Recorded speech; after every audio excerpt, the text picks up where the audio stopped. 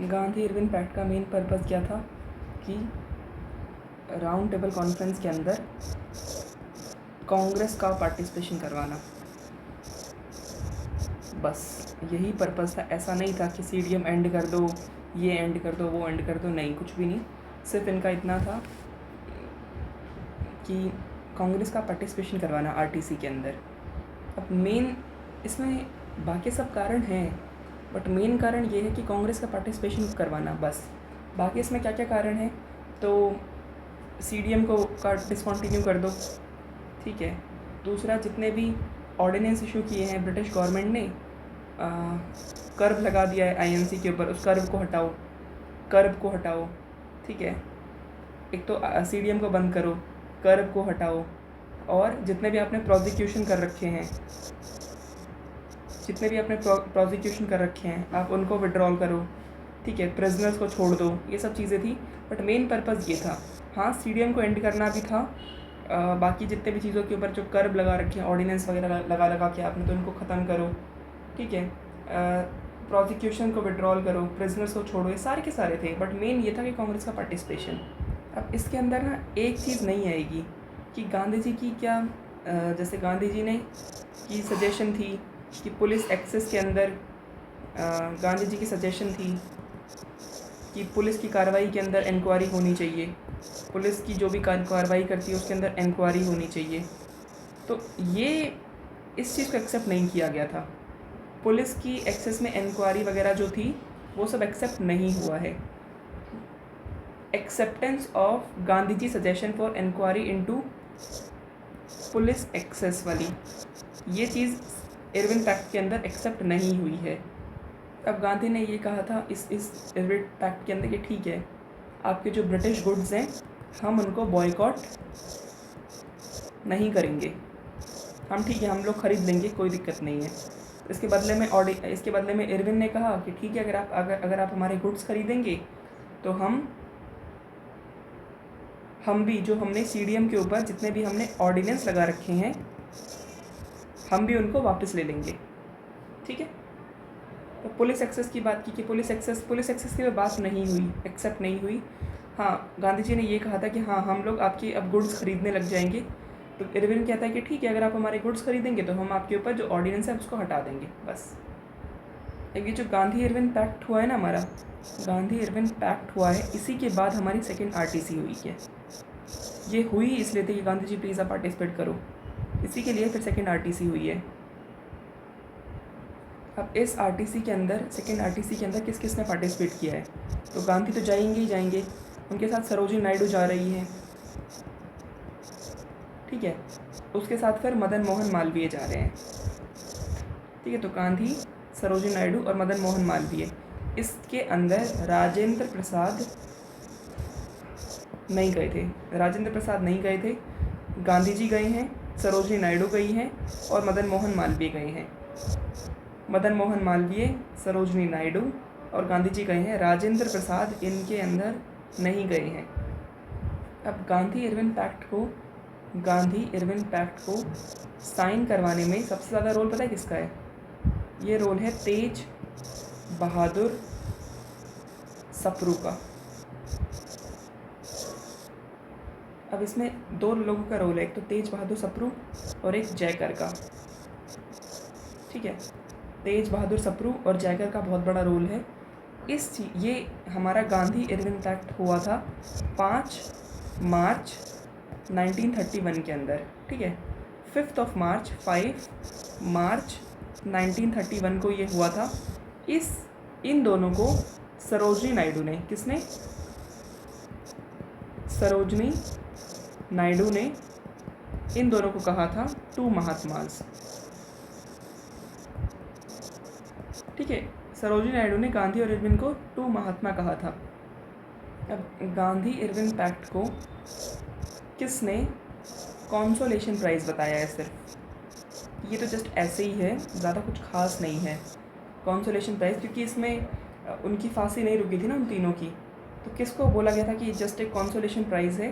तो ये कहा गया था एलन कैंपबेल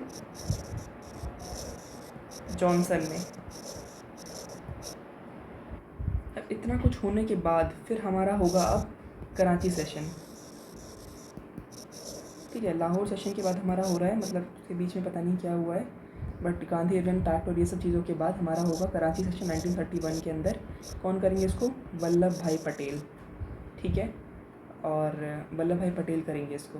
1931 वल्लभ भाई पटेल। देखो गांधी इरविन पैक्ट वो साइन वाइन हो गया है 5 मार्च को, बट चला कब था गांधी इरविन पैक्ट? 26 मार्च से 31 मार्च तक चला था ये। ठीक है, तो उसको अप्रूव करने की जिम्मेदारी किसकी थी? क्योंकि इस टाइम पे कराची सेशन चल रहा था। फिर 26 से 31 मार्च तक गांधी इरविन पैक्ट चला है। उस टाइम पे कराची सेशन चल रहा था, कराची सेशन चल रहा था उस टाइम पे।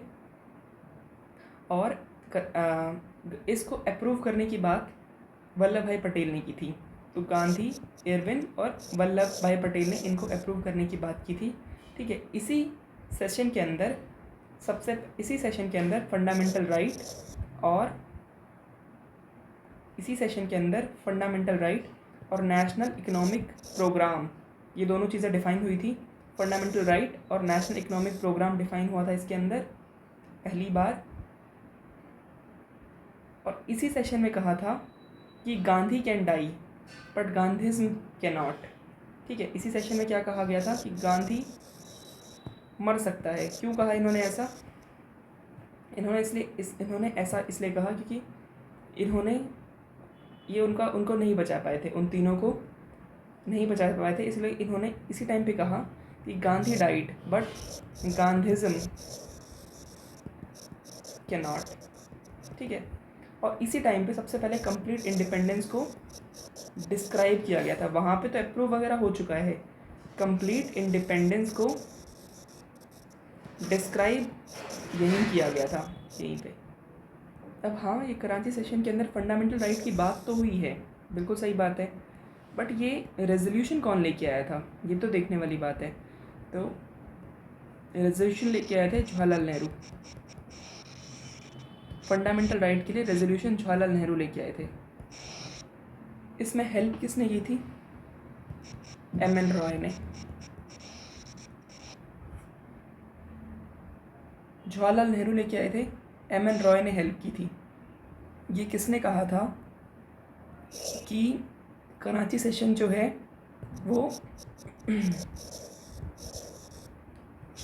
किसने कहा था कि कराची सेशन जो है वो pinnacle of Mahatma Gandhi popularity and prestige है।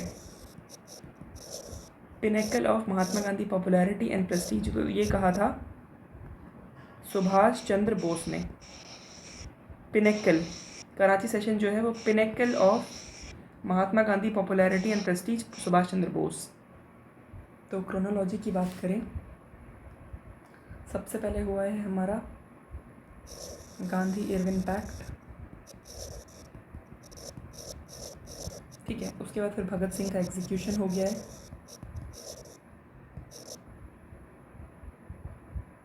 गांधी इरविन पैक्ट में ही बात चली थी ना ये कि उनको बचाना है, ये सब करना है। उसके बाद फिर भगत सिंह का एग्जीक्यूशन हो गया है।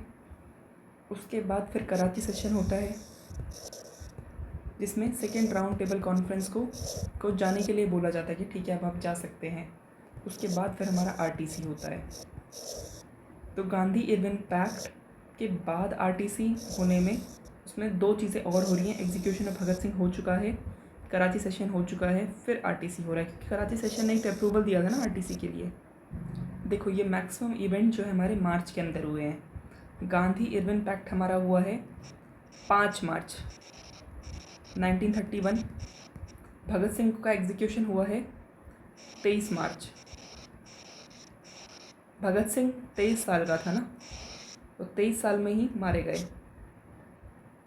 23 साल के थे तो 23 साल में ही मारे गए। कराची सेशन 26 मार्च, कराची सेशन 26 मार्च। भगत सिंह की मृत्यु क्यों इनको फांसी लगी है? तो इनको लगी है लाहौर कॉन्स्पिरेसी केस के अंदर, लाहौर कॉन्स्पिरेसी केस के अंदर। भगत सिंह को फांसी लगी है किस चीज़ की वजह से? लाहौर कॉन्स्पिरेसी केस की वजह से। तो मैंने बताया कि 5 मार्च को होता है हमारा गांधी इरविन पैक्ट, जिसको पिनेकल कहा था सुभाष चंद्र बोस ने और 2 महात्मा कहा था सरोजिनी नायडू ने। इसको सपोर्ट करने वाले कौन कौन थे? तो एक तो हमारे जयकर और एक तेज बहादुर सप्रू। ठीक है, अब क्या होता है 23 मार्च को इनको लगती है फांसी, भगत सिंह को फांसी लगती है। क्यों? लाहौर कॉन्स्पिरेसी की वजह से। अब 26 मार्च फांसी लगने के सिर्फ 3 दिन बाद ही हमारा कराची सेशन हो गया है, जिसमें आरटीसी को अप्रूव किया गया है। आरटीसी होता है फिर हमारा 7 सितंबर को।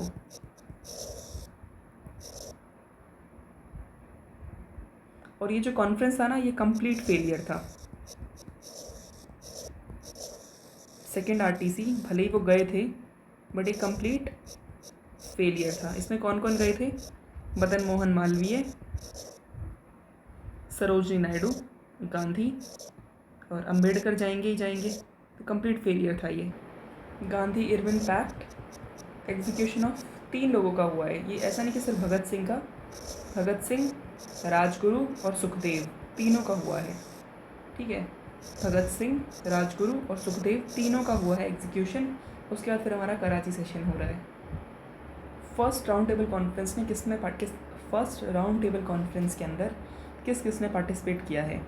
तो पार्टिसिपेट करने वाले हैं मौलाना मोहम्मद अली जिन्ना, तेज बहादुर सप्रू, मोहम्मद अली जिन्ना, मौलाना मोहम्मद अली जिन्ना, मौलाना मोहम्मद अली, ये जिन्ना ही है। ठीक है, एक तो ये हैं, देखो इसमें सबसे पहले हम लोग मुसलमानों की बात करते हैं कि मुसलमान कौन कौन है। एक तो मोहम्मद अली हो गए हमारे, मोहम्मद अली, ये कौन है? ये जिन्ना का ही नाम है। दूसरा कौन मुसलमान है? तो दूसरा मुसलमान है हमारा मोहम्मद शफ़ी। दूसरा कौन मुसलमान है? मोहम्मद शफ़ी। आगा खान है। ठीक है, आगा खान है। और एक मोहम्मद अली भी है और मोहम्मद अली जिन्ना भी है। 2 लोग हैं, मोहम्मद अली भी, मोहम्मद अली जिन्ना भी। 2 तो यही हो गए, मोहम्मद अली और मोहम्मद अली जिन्ना। मोहम्मद शफ़ी, 3 तो मोहम्मद हैं। ठीक है, कौन कौन हो गए? मोहम्मद अली, ओके, फिर मोहम्मद अली जिन्ना, ओके, फिर मोहम्मद शफ़ी। 3 तो हमारे मोहम्मद हो गए, मोहम्मद अली जिन्ना और मोहम्मद शफ़ी। और है हमारे आगा खान। क्या है? आगा खान। और कौन है? फजलुल हक, ये भी हैं। ठीक है, फजलुल हक भी हैं।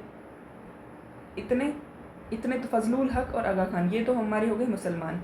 अब हम बात करते हैं हिंदू की। तो हिंदू में सबसे पहले हमारे ये एक तो भीमराव अंबेडकर, तो सब में जाएंगे ही जाएंगे, इनको तो छोड़ देना है। अब दूसरा है हमारा जयकर जा रहे हैं, तो तेज बहादुर सप्रू भी जाएंगे। ये दोनों ही तो गए थे ना, इसलिए तो उन्होंने गांधी जी को कहा था कि नहीं आप भी जाओ, हम दोनों भी गए थे। तो जयकर भी गए थे, तेज बहादुर सप्रू भी गए थे, सुंदर सिंह भी गए थे। अब भाई एक सुंदर आदमी को भी लेके जाना पड़ेगा, है ना। तो एक सुंदर सिंह भी गए थे, होमी मोदी भी गए थे। घर के मोदी को तो लेके जाना पड़ेगा, वरना इनके बिना तो आरटीसी होगी नहीं। तो घर के मोदी भी गए थे, होमी मोदी भी गए थे। और ये सुंदर सिंह मजीठिया नाम है इनका, सुंदर सिंह मजीठिया। तो ये तो मज़े लेने के लिए गए थे सिर्फ, सुंदर सिंह मजीठिया, थोड़ा सा एंजॉय करने के लिए। और हैं हमारे मुंजे। अब भाई मूंज तो लो कम से कम, पहले मूंज तो लो कम से कम। ठीक है, तो मोहम्मद अली हो गए, मोहम्मद अली जिन्ना हो गए, मोहम्मद शफ़ी हो गए, आगा खान हो गए, फजलुल हक हो गए। ठीक है जी, फजलुल हक हो गए हैं हमारे। और क्या हो गए हैं? होमी मोदी हो गए हैं, घर के मोदी जाएंगे, ज़रूर जाएंगे। और भीमराव अंबेडकर चले गए हैं, जयकर चले गए हैं, तेज बहादुर सप्रू चले गए हैं, सुंदर सिंह मजीठिया चले गए हैं और मुंजे चले गए हैं। ये सब आरटीसी सारी की सारी हमारी लंदन में हुई थी। पहली हुई थी 1930 के अंदर, ठीक है। और फर्स्ट जो 1930 के अंदर हुई थी वो साइमन कमीशन की रिपोर्ट को डिस्कस करने के लिए हुई थी। किस चीज़ के लिए हुई थी पहली वाली? साइमन कमीशन की रिपोर्ट को डिस्कस करने के लिए हुई थी फर्स्ट वाली। कांग्रेस, गांधी जी का मतलब क्या है? कांग्रेस ही है इसका मतलब, क्योंकि गांधी जी ने कांग्रेस कब छोड़ी थी? 1934 के अंदर, 1934 के अंदर। तो 1931 में गांधी जी जा रहे हैं, मतलब कांग्रेस भी जा रही है।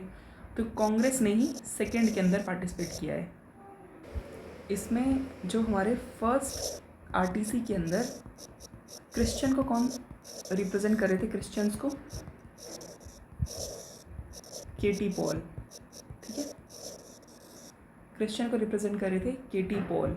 यहाँ पे कौन थे? MacDonald, PM. अब ऑपरेशन रूबिकॉन याद रखना है। ऑपरेशन रूबिकॉन किस चीज़ के लिए था? तो गांधी जी बैठे हुए थे ना, गांधी जी बैठे हुए थे fast unto death in jail. इस चीज़ के लिए ऑपरेशन रूबिकॉन चलाया गया था। ऑपरेशन रूबिकॉन किस चीज़ के लिए चलाया गया था? Gandhi ji fast unto death. और ये कब चलाया गया था ऑपरेशन रूबिकॉन? इस टाइम पे गांधी जी जो थे आगा खान पैलेस है पुणे, यहाँ थे गांधी जी। कहाँ पे जेल में थे? आगा खान पैलेस पुणे, यहाँ पे जेल में थे, ठीक है। इसीलिए तो यहाँ पे फिर वो आगा खान पैलेस के अंदर थे गांधी जी।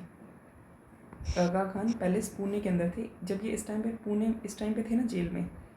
आगा खान पैलेस के लिए, आगा खान पैलेस पुणे में थे गांधी जी। यहाँ पे अंग्रेज़ों ने ऑपरेशन रूबिकॉन चलाया था।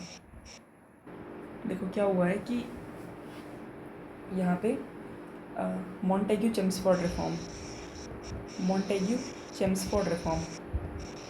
1919, ठीक है। मॉन्टेग्यू चेम्सफोर्ड रिफॉर्म हमारा हो गया 1919, ठीक है।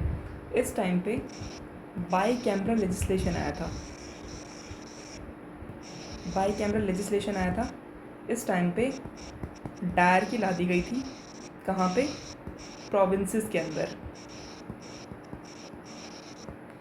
बाई कैमरल लेजिस्लेशन आया था, ठीक है। दोनों चीज़ें देखो बायो कैमरल लेजिस्लेशन आया है सेंटर के अंदर, लोअर हाउस और अपर हाउस बना दिया, और डायरकी आ गई है प्रोविंसेस के अंदर। तो दोनों चीज़ें आई हैं। बाई कैमरल लेजिस्लेशन आया है कहाँ पे? सेंटर के अंदर, और डायरकी आई है प्रोविंसेस के अंदर। तो बाई कैमरल लेजिस्लेशन भी आया है और डायरकी भी आई है। और इसका जो लास्ट इलेक्शन हुआ था, इसमें इंडियन लेजिस्लेटिव काउंसिल को रिप्लेस करके बाई कैमरल लेजिस्लेशन लेके आए थे ये, ठीक है। इसका लास्ट इलेक्शन जो हुआ है, लास्ट इलेक्शन वो हुआ है 1945 में। इसमें इलेक्शन सिर्फ 2 बार ही हुए हैं, 1926 में, फिर 1945 में, 1926 में और 1945 के अंदर। तो मैंने बताया सेकेंड राउंड टेबल कॉन्फ्रेंस ये हमारी हुई है 7 सितंबर 1931। 7 सितंबर 1931।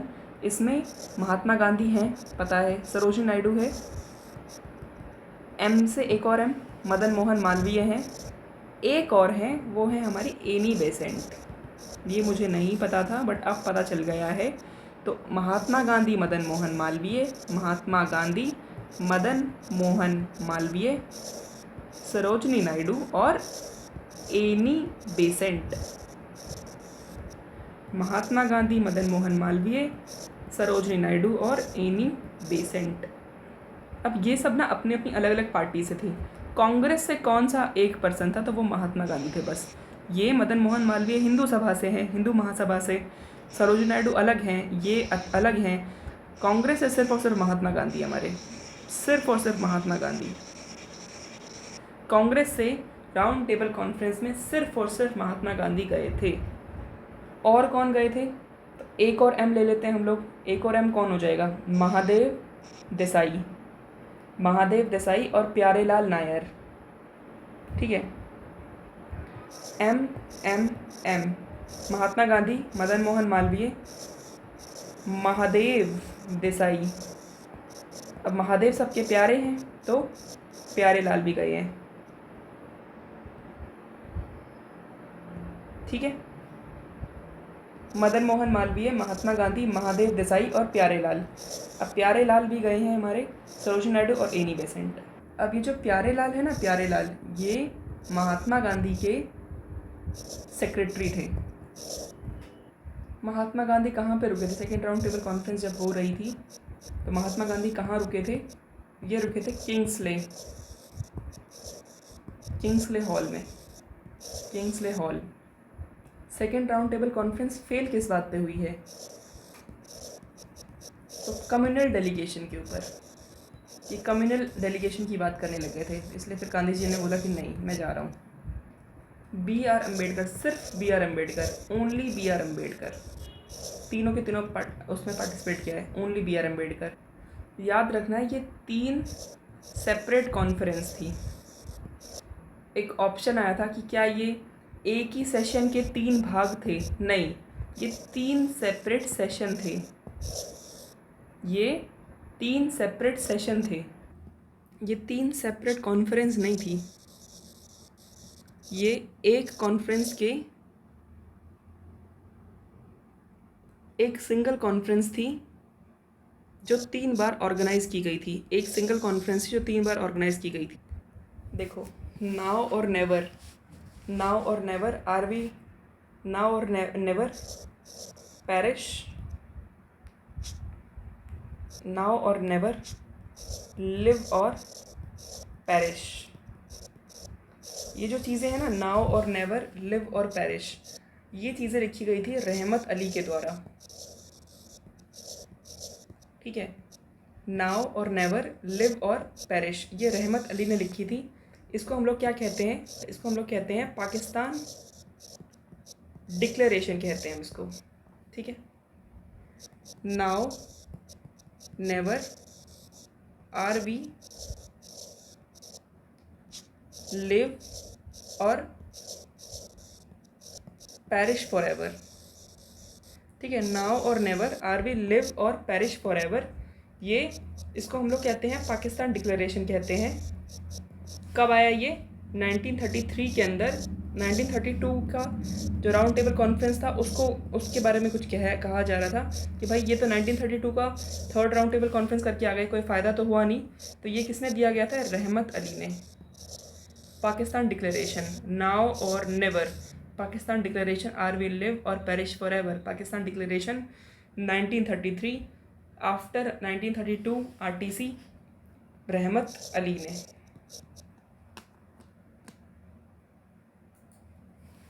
कि भैया हमको सेपरेट पाकिस्तान दो, हम मुस्लिम्स हैं, हम मुस्लिम्स के लिए पाकिस्तान होना चाहिए, हिंदुस्तान से हम बिलोंग नहीं करते हैं। इन सारी चीज़ों पे रहमत अली ने उस चीज़ को लिखा कि नाउ और नेवर।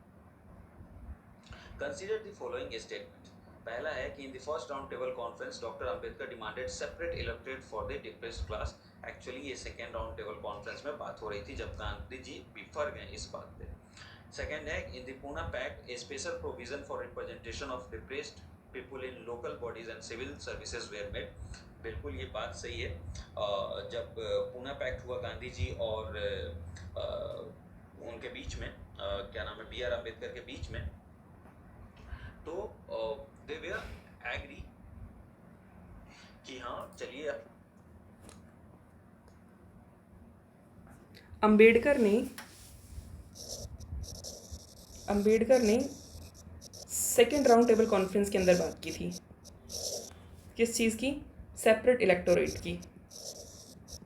ठीक है, उसके बाद फिर पूना पैक्ट होता है, तो पूना पैक्ट में फिर महात्मा गांधी कहते हैं कि हाँ हम लोग क्या करेंगे, हम लोग इनको रिप्रेजेंटेशन दे देंगे लोकल बॉडीज़ के अंदर और सिविल सर्विसेज के अंदर, local bodies and civil services के अंदर। ठीक है, तो ये सेकंड राउंड टेबल कॉन्फ्रेंस में बात की गई थी। इसी बात के ऊपर बिखर गए थे गांधी जी और फिर वो एम्प्टी हैंडेड लंदन से लौट आए थे दिसंबर के अंदर। सितंबर में गए, दिसंबर में लौट आए थे। ठीक है, अब पूना पैक्ट जो है वो किस चीज़ के लिए था? रिप्रेजेंटेशन देने के लिए था, लोकल बॉडीज़ और सिविल सर्विसेज के लिए। ठीक है, ये अंबेडकर जो है ना, इन्होंने तो फर्स्ट राउंड टेबल कॉन्फ्रेंस के अंदर डिमांड रख दी थी। ये गए क्यों थे आरटीसी के अंदर? ये गए सेपरेट इलेक्टोरेट के लिए थे। गांधी जी को पता चला था सेकंड के अंदर कि अरे ये क्या बोले जा रहे हैं। तो ये क्वेश्चन ये था कि क्या डिमांड कब की थी? फर्स्ट सेपरेट इलेक्टोरेट की डिमांड कब की गई थी? तो वो फर्स्ट आरटीसी के अंदर ही की गई थी। अभी कम्युनल अवार्ड में ना पर्टिकुलरली रोल पता है किसका है? ये कम्युनल अवार्ड में पर्टिकुलरली रोल है अनटचेबल्स का। देखो, कम्युनल अवार्ड के अंदर सिख हैं, मुस्लिम हैं, डिप्रेस्ड क्लासेस हैं, सब हैं। कौन कौन है? सिख हैं, मुस्लिम हैं, डिप्रेस्ड क्लासेस हैं और एंग्लो इंडियन भी हैं, क्रिश्चियंस हैं। Sikh, Muslim, depressed classes, Anglo Indian, Christians. यहाँ पे बुद्धिस्ट नहीं है।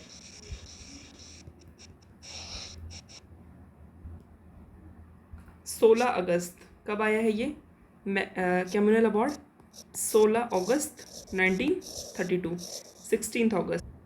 सबसे पहला fast unto death, fast unto death, सबसे फर्स्ट फास्ट अनटू डेथ ये चलाया था गांधी जी ने। कब? कम्युनल अवार्ड के टाइम पे। First fast unto death communal award के टाइम पे चला है। पहला फास्ट अनटू डेथ, फास्ट तो बहुत किया उन्होंने, लेकिन first fast unto death communal award के टाइम पे है। कम्युनल अवार्ड के अंदर सीट दी गई थी 71।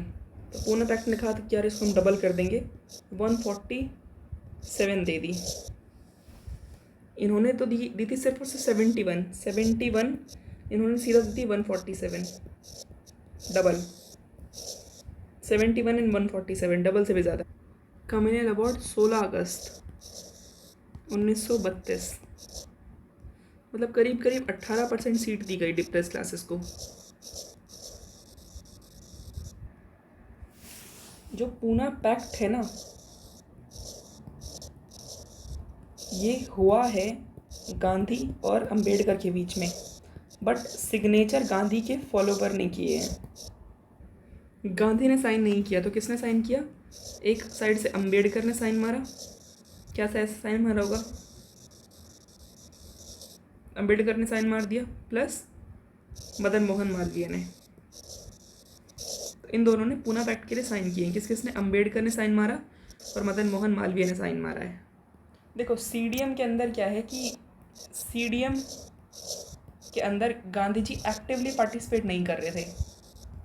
ठीक है, तो इस टाइम पे कहाँ पे थे? अगर एक्टिवली यहाँ नहीं थे तो कहाँ थे? ये सीडीएम के टाइम पे हरिजन अनटचेबल्स के लिए काम कर रहे थे। ठीक है, ये अनटचेबल्स के लिए काम कर रहे थे क्योंकि इनको पता चल गया था कि यार क्या क्या हो रखा है।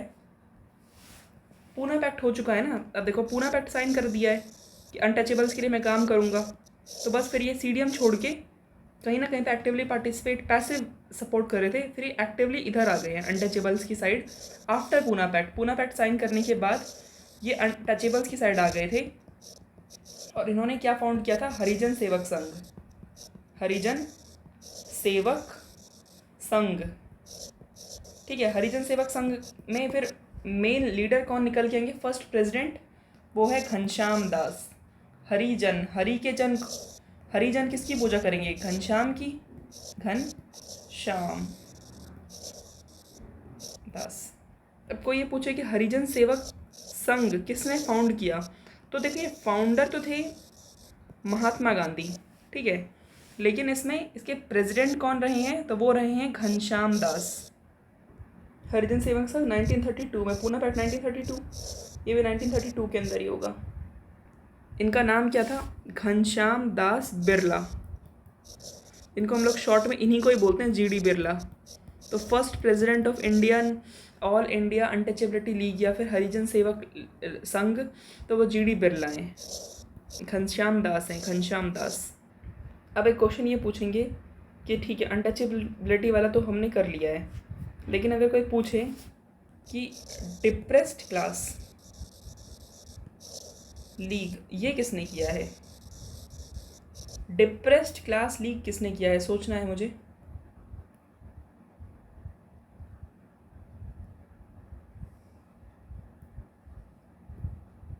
तो डिप्रेस्ड क्लास लीग किया है बेसिकली बाबू जगजीवन राम, ठीक है, बाबू जगजीवन राम। देखो depressed class league, depressed class league, depressed class है वो बात को लीक कर देगी, छोटे छोटे बाबू भी बात को लीक कर देते हैं, ठीक है। डिप्रेस्ड क्लास लीग मतलब बात को लीक कर देंगे, छोटे छोटे बच्चे जो होते हैं, छोटे छोटे बाबू जो होते हैं वो भी लीक कर देते हैं बातों को। तो डिप्रेस्ड क्लास लीग हो गया बाबू जगजीवन राम। अब all India schedule caste federation, तो शेड्यूल कास्ट फेडरेशन किसका है ये, BR अम्बेडकर का। All India schedule caste federation BR Ambedkar, all India schedule caste federation, federation बड़ी चीज़ होगी ना, BR अम्बेडकर। लेकिन ऑल इंडिया डिप्रेस्ड, देखो BR अम्बेडकर का नाम आएगा हमेशा शेड्यूल कास्ट के लिए SC, ठीक है। डिप्रेस्ड क्लासेस में दो हैं, एक तो डिप्रेस्ड क्लास को लीक कर रहे हैं, कौन करेंगे, बाबू जगजीवन राम।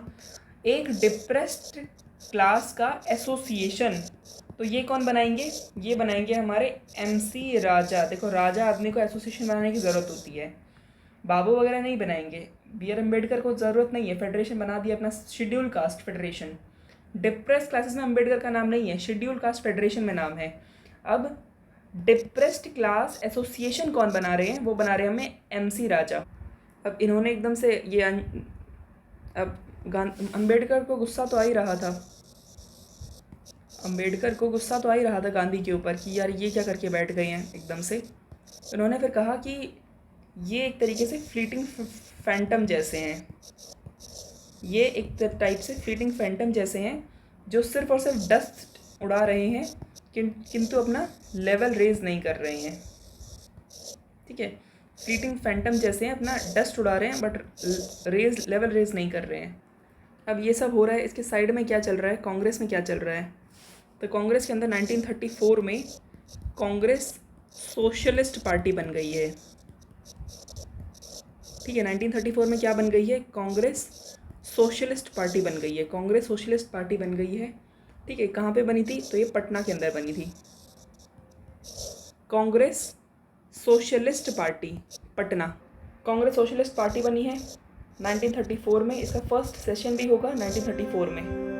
CSP का सिर्फ एक काम था इसका, ना तो ऐसा था कि डिप्रेस्ड क्लासेस के लिए कोई काम करना है ना ही कुछ ऐसा था कि प्रोलेटेरिएट के लिए काम करना है। इसका मेनली क्या था CSP वालों का कि एक तो क्योंकि ये जो CSP में आ रहा है सोशलिस्ट वर्ड, अब ये जो है ये रशियन रेवोल्यूशन से इन्फ्लुएंस होंगे, सोशलिस्ट वहीं से आया है, तो ये 1905 में हो चुका था हमारा।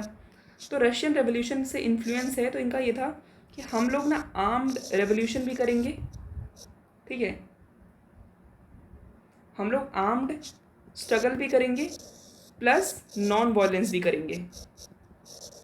तो ये तो फिर कांग्रेस तो पूरी आउट हो ही जाएगी क्योंकि कांग्रेस उसको अलाउ कर नहीं सकती है। तो इसलिए फिर इसीलिए शायद 1934 के अंदर जब ये सब होने लग गया है तो फिर 1934 के अंदर गांधी जी बोले कि यार ठीक है हो गया हमारा, मैं अब जा रहा हूँ यहाँ से, तो अपने उस पर डटे रहे हैं। तो फिर इन्होंने छोड़ दिया 1934 में, इसी कारण से छोड़ा है क्योंकि यहाँ पे CSP बन गई है कांग्रेस सोशलिस्ट पार्टी, और ये आर्म स्ट्रगल की बात कर रही है, non violence plus arm struggle never possible simultaneously.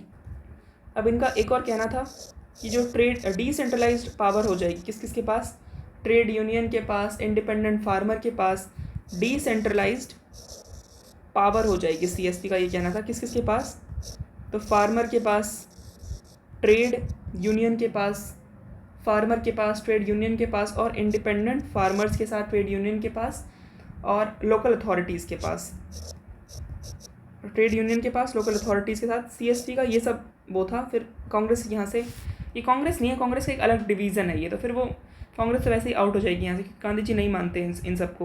Congress socialist party form किसने की है? ये फॉर्म की है आचार्य नारायण देव ने। सीएसपी के फाउंडर कौन कौन हैं? आचार्य नारायण देव पहले, दूसरे जेपी नारायण, और तीसरे हैं मीनो मसानी। ठीक है, आचार्य नारायण देव, आचार्य नारायण देव, इसमें एक और होंगे हमारे जेपी नारायण, और एक है मीनो मसानी। आचार्य नारायण देव हैं, जेपी नारायण है, मीनो मसानी है। सीएसपी के फाउंडर हैं आचार्य नारायण देव, जेपी नारायण और मीनो मसानी। आचार्य नारायण देव, जेपी नारायण और मीनो मसानी। अब ये सोशलिस्ट देखिए, जवाहरलाल नेहरू नहीं मारना है, कांग्रेस सोशलिस्ट पार्टी से जवाहरलाल नेहरू नहीं जुड़े हुए हैं। ठीक है, इससे नहीं जुड़े हुए हैं। ये इसमें कौन कौन है? नारायण देव हैं, नारायण देव हैं और जेपी नारायण हैं। आचार्य नारायण देव, जेपी नारायण और मीनो मसानी। पटना से कौन थे? कांग्रेस सोशलिस्ट पार्टी को पटना में किसने चलाया?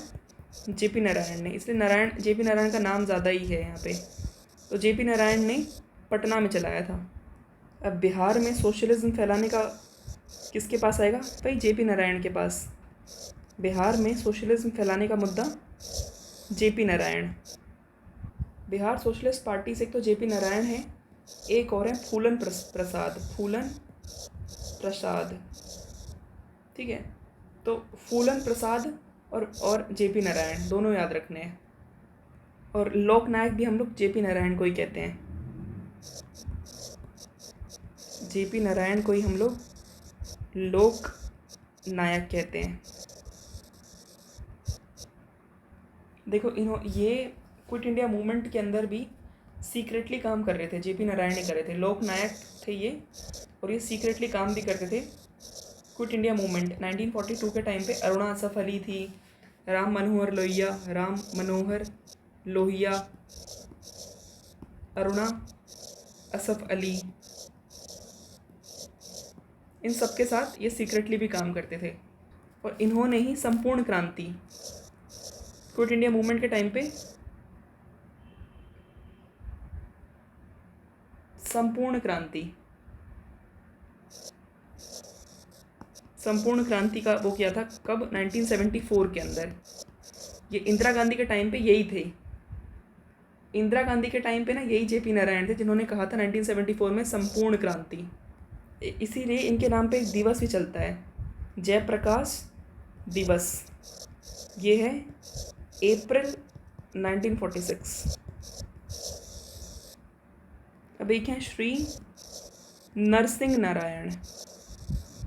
देखो नारायण जितने भी हैं ना, सबको सोशलिस्ट में मारना है। नरसिंह नारायण सोशलिस्ट।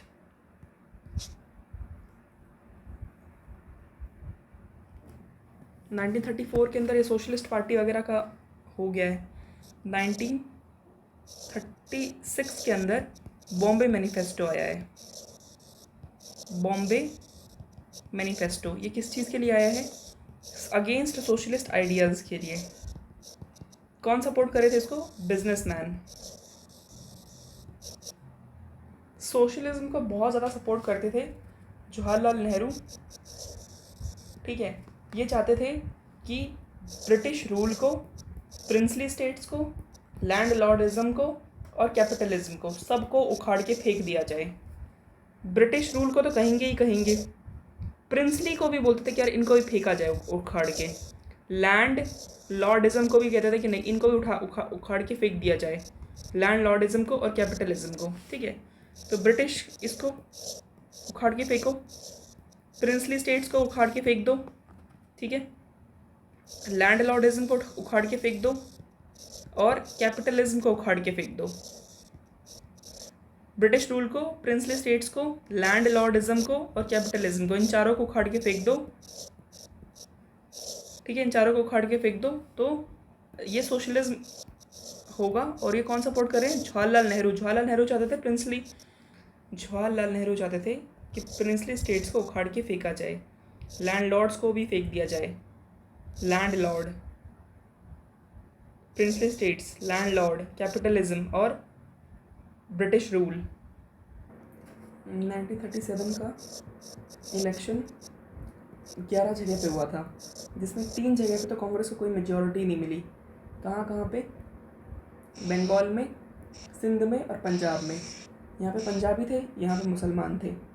अब असम और बॉम्बे के अंदर इनको फुल मेजॉरिटी नहीं मिली है। 5 स्टेट के अंदर तो फुल मेजॉरिटी मिली एकदम, तो उसमें बंगाल, असम और सिंध में तो नहीं मिली। 3 के अंदर तो बिल्कुल ही नहीं मिली। बाकी बॉम्बे और असम में भी इनको एब्सोल्यूट मेजॉरिटी नहीं मिली है। सेंट्रल लेजिस्लेटिव असेंबली के 2 इलेक्शन हुए थे, 1926 के अंदर और 1945 के अंदर। 11 में से 8 जगह गवर्नमेंट बनी है, जिसमें 5 जगह फुल मेजॉरिटी मिली है। ठीक है, अब 11 में से 3 कौन कौन से हैं? तो बंगाल, पंजाब और सिंध। अब इसमें से और किसमें 5 में तो मेजॉरिटी मिली है, किसमें मेजॉरिटी नहीं मिली? तो बॉम्बे में और असम में मेजॉरिटी नहीं मिली है। अब कोई पूछे कि कोएलिशन गवर्नमेंट कहाँ बना है, तो ये असम का और ये नॉर्थ वेस्ट फ्रंटियर प्रोविंस। यहाँ पे मेजॉरिटी नहीं थी, यहाँ पे मेजॉरिटी नहीं थी, तो दोनों का मिलके क्या बना दिया? Coalition government. असम और नॉर्थ वेस्ट फ्रंटियर प्रोविंस का मिलके कोएलिशन गवर्नमेंट बनी है। कांग्रेस का टेन्योर कितने का था? 28 मंथ का। अब 1939, ये 1937 की बात चल रही है। इलेक्शन कब चल रहा है? 1937 के अंदर। 1939 में 22 अक्टूबर को कांग्रेस ने रिज़ाइन कर दिया। 22 अक्टूबर 1939 को कांग्रेस ने रिज़ाइन कर दिया। ठीक है, कांग्रेस ने रिज़ाइन कर दिया था क्योंकि इंडियंस को सेकेंड वर्ल्ड वॉर में डाला जा रहा था, इसलिए 1939 के अंदर रिज़ाइन किया है। अब 22 अक्टूबर को इन्होंने कांग्रेस छोड़ी है। अब 22 दिसंबर, करेक्ट 2 महीने बाद, 2 महीने में सोचा क्या करें, करेक्ट 2 महीने बाद 22 अक्टूबर 1939 को छोड़ दिया कांग्रेस ने, मिनिस्ट्री छोड़ दी। 22 दिसंबर 1939 को जिन्ना ने क्या मनाया? Day of deliverance. तो लैंड ऑनरशिप को अबॉलिश करने के लिए कांग्रेस ने ये लैंड ऑनरशिप को अबॉलिश करना है। 1939 वर्किंग कमेटी 1939 के अंदर ये सब डिसाइड हो गया था। वर्किंग कमेटी 1939 के अंदर ये डिसाइड हो गया था कि लैंड ऑनरशिप को अबॉलिश करना है। ठीक है, वर्किंग कमेटी 1939 को ये डिसाइड हो गया था कि लैंड ऑनरशिप को अबॉलिश करना है। यूपी का 1937 में यूपी का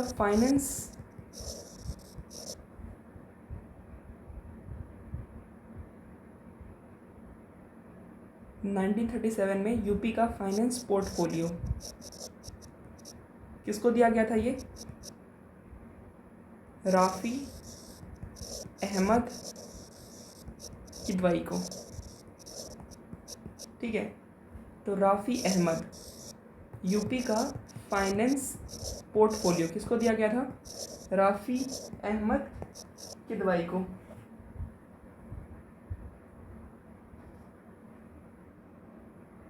राफ़ी अहमद किदवाई को दिया गया था यूपी का फाइनेंस पोर्टफोलियो। राफ़ी अहमद किदवाई।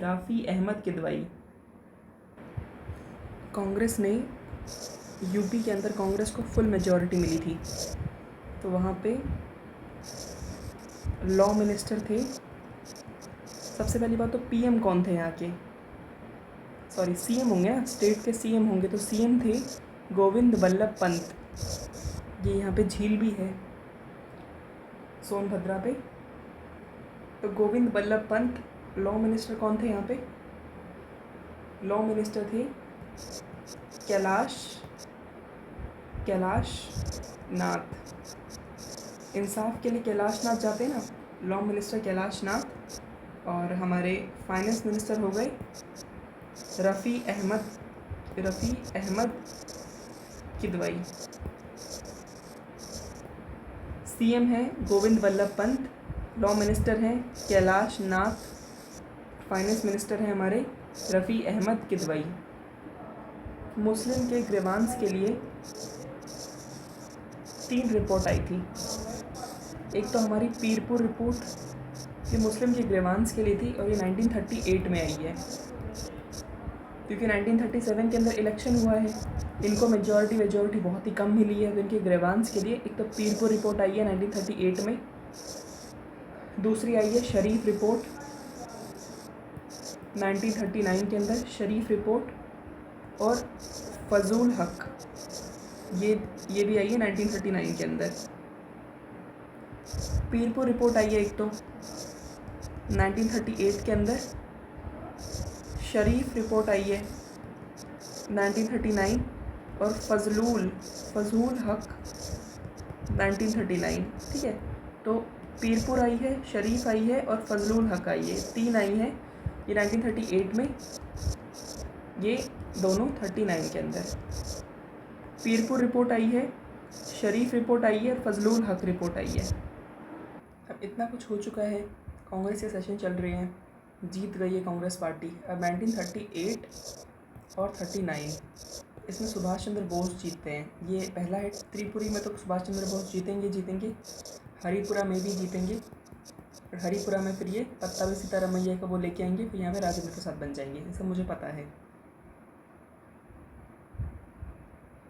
तो कोई पूछे कि हरिपुरा में को कौन प्रिसाइड कर रहा था, उसका आंसर एससी बोस ही मारना है, कि बाद में छोड़ेंगे, प्रिसाइड करके छोड़ा है ना, तो पहले इसमें एससी बोस ही मारना है। हरिपुरा को कौन कर रहा था, तो एससी बोस ही कर रहे थे, बाद में फिर छोड़ा बोड़ा है। लेकिन कोई पूछता है कि कौन कर रहा था, तो हमें एससी बोस मार देना है। अब ये जो हरिपुरा है ये कहाँ पे है, ये गुजरात के अंदर है। हरिपुरा गुजरात के अंदर है। अब त्रिपुरी कहाँ पे है, त्रिपुरी है मध्य प्रदेश के अंदर, त्रिपुरी मध्य प्रदेश और हरिपुरा गुजरात। हरिपुरा के अंदर ही तो वो सब हुआ है, पत्तावी सीतारामैया वाला।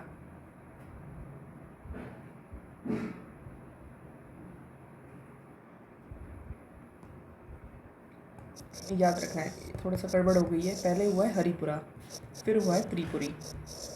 हरिपुरा है गुजरात के अंदर। इसमें तो इजीली कौन जीत गए हैं, वो आराम से बैठे हुए हैं। अब ये गुजरात में ही हो रहा है, तो यहाँ पे तो पत्तावी सीतारामैया को गुजरात से वो बैठा नहीं सकते गांधी जी। क्यों नहीं बैठा सकते, क्योंकि गुजरात में गुजराती वासी हो नहीं सकता, तो यहाँ पे तो एससी बोस आराम से बैठ जाएंगे।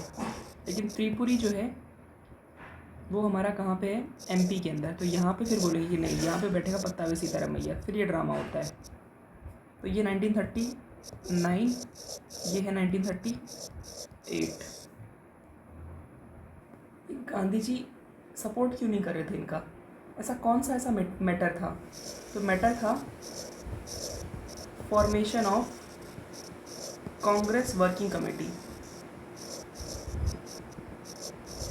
ठीक है, तो formation of Congress working committee, CWC, Congress working committee, इस चीज़ के ऊपर मतभेद हो गया था, इस चीज़ के ऊपर मतभेद हो रखा था, इस वजह से formation of Congress working committee, इस चीज़ के ऊपर मतभेद हो गया था गांधी और सुभाष चंद्र बोस के बीच में। कांग्रेस वर्किंग कमेटी के ऊपर, formation of Congress working committee.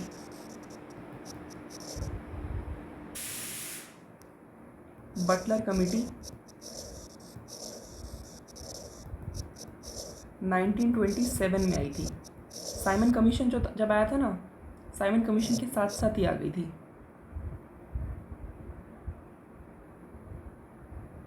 तो बटलर कमेटी हमारी 1928 में आई थी, 1927 में आई थी प्रिंसली स्टेट्स और क्राउन के बीच में वो समझौते के लिए। 1927 के अंदर ही इसी को ही बोल रहे हैं all India state people conference, इसी को ही बोला जा रहा है। तो बटलर कमेटी हो गई हमारी। फिर 1927 के अंदर ही कहा जा रहा है all India state people conference. तो ये देखो, ये बलवंत राय मेहता है इसके अंदर। इसमें कौन है? बलवंत राय मेहता है और कोठारी है, GR अभ्यंकर हैं। All India state people conference के अंदर एक तो कोठारी है, अभ्यंकर हैं। कौन कौन है all India state people conference के अंदर? बलवंत राय मेहता हैं,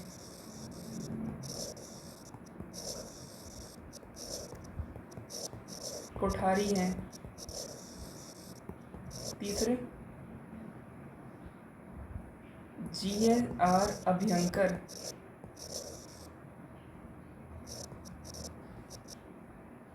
तो ये सेटअप कब हुआ था? 1927 के अंदर। अब all India state people conference 1939 में इसका प्रेसिडेंट कौन है? All India state people conference का 1939 के अंदर इसका प्रेसिडेंट है Jawaharlal Nehru. Maximum princely state India में कब मिल गए थे? 1947 में मिल चुके थे। आज़ादी हुई है ना, तो 1947 में मैक्सिमम प्रिंसली स्टेट मिले हैं। सब के सब मिल चुके थे 1947 में ही, सिर्फ 3 को छोड़ के, वो मुझे पता भी है, जूनागढ़, हैदराबाद और कश्मीर। जूनागढ़, हैदराबाद और कश्मीर को छोड़ के सब 1947 में मिल चुके थे। अब इनको मिलाने में 1947 के टाइम पे पटेल ने बहुत ज़्यादा वो किया, सरदार पटेल पता है ना, वल्लभ भाई सरदार पटेल का बहुत बड़ा रोल है। सरदार पटेल ने क्या क्या संभाला था?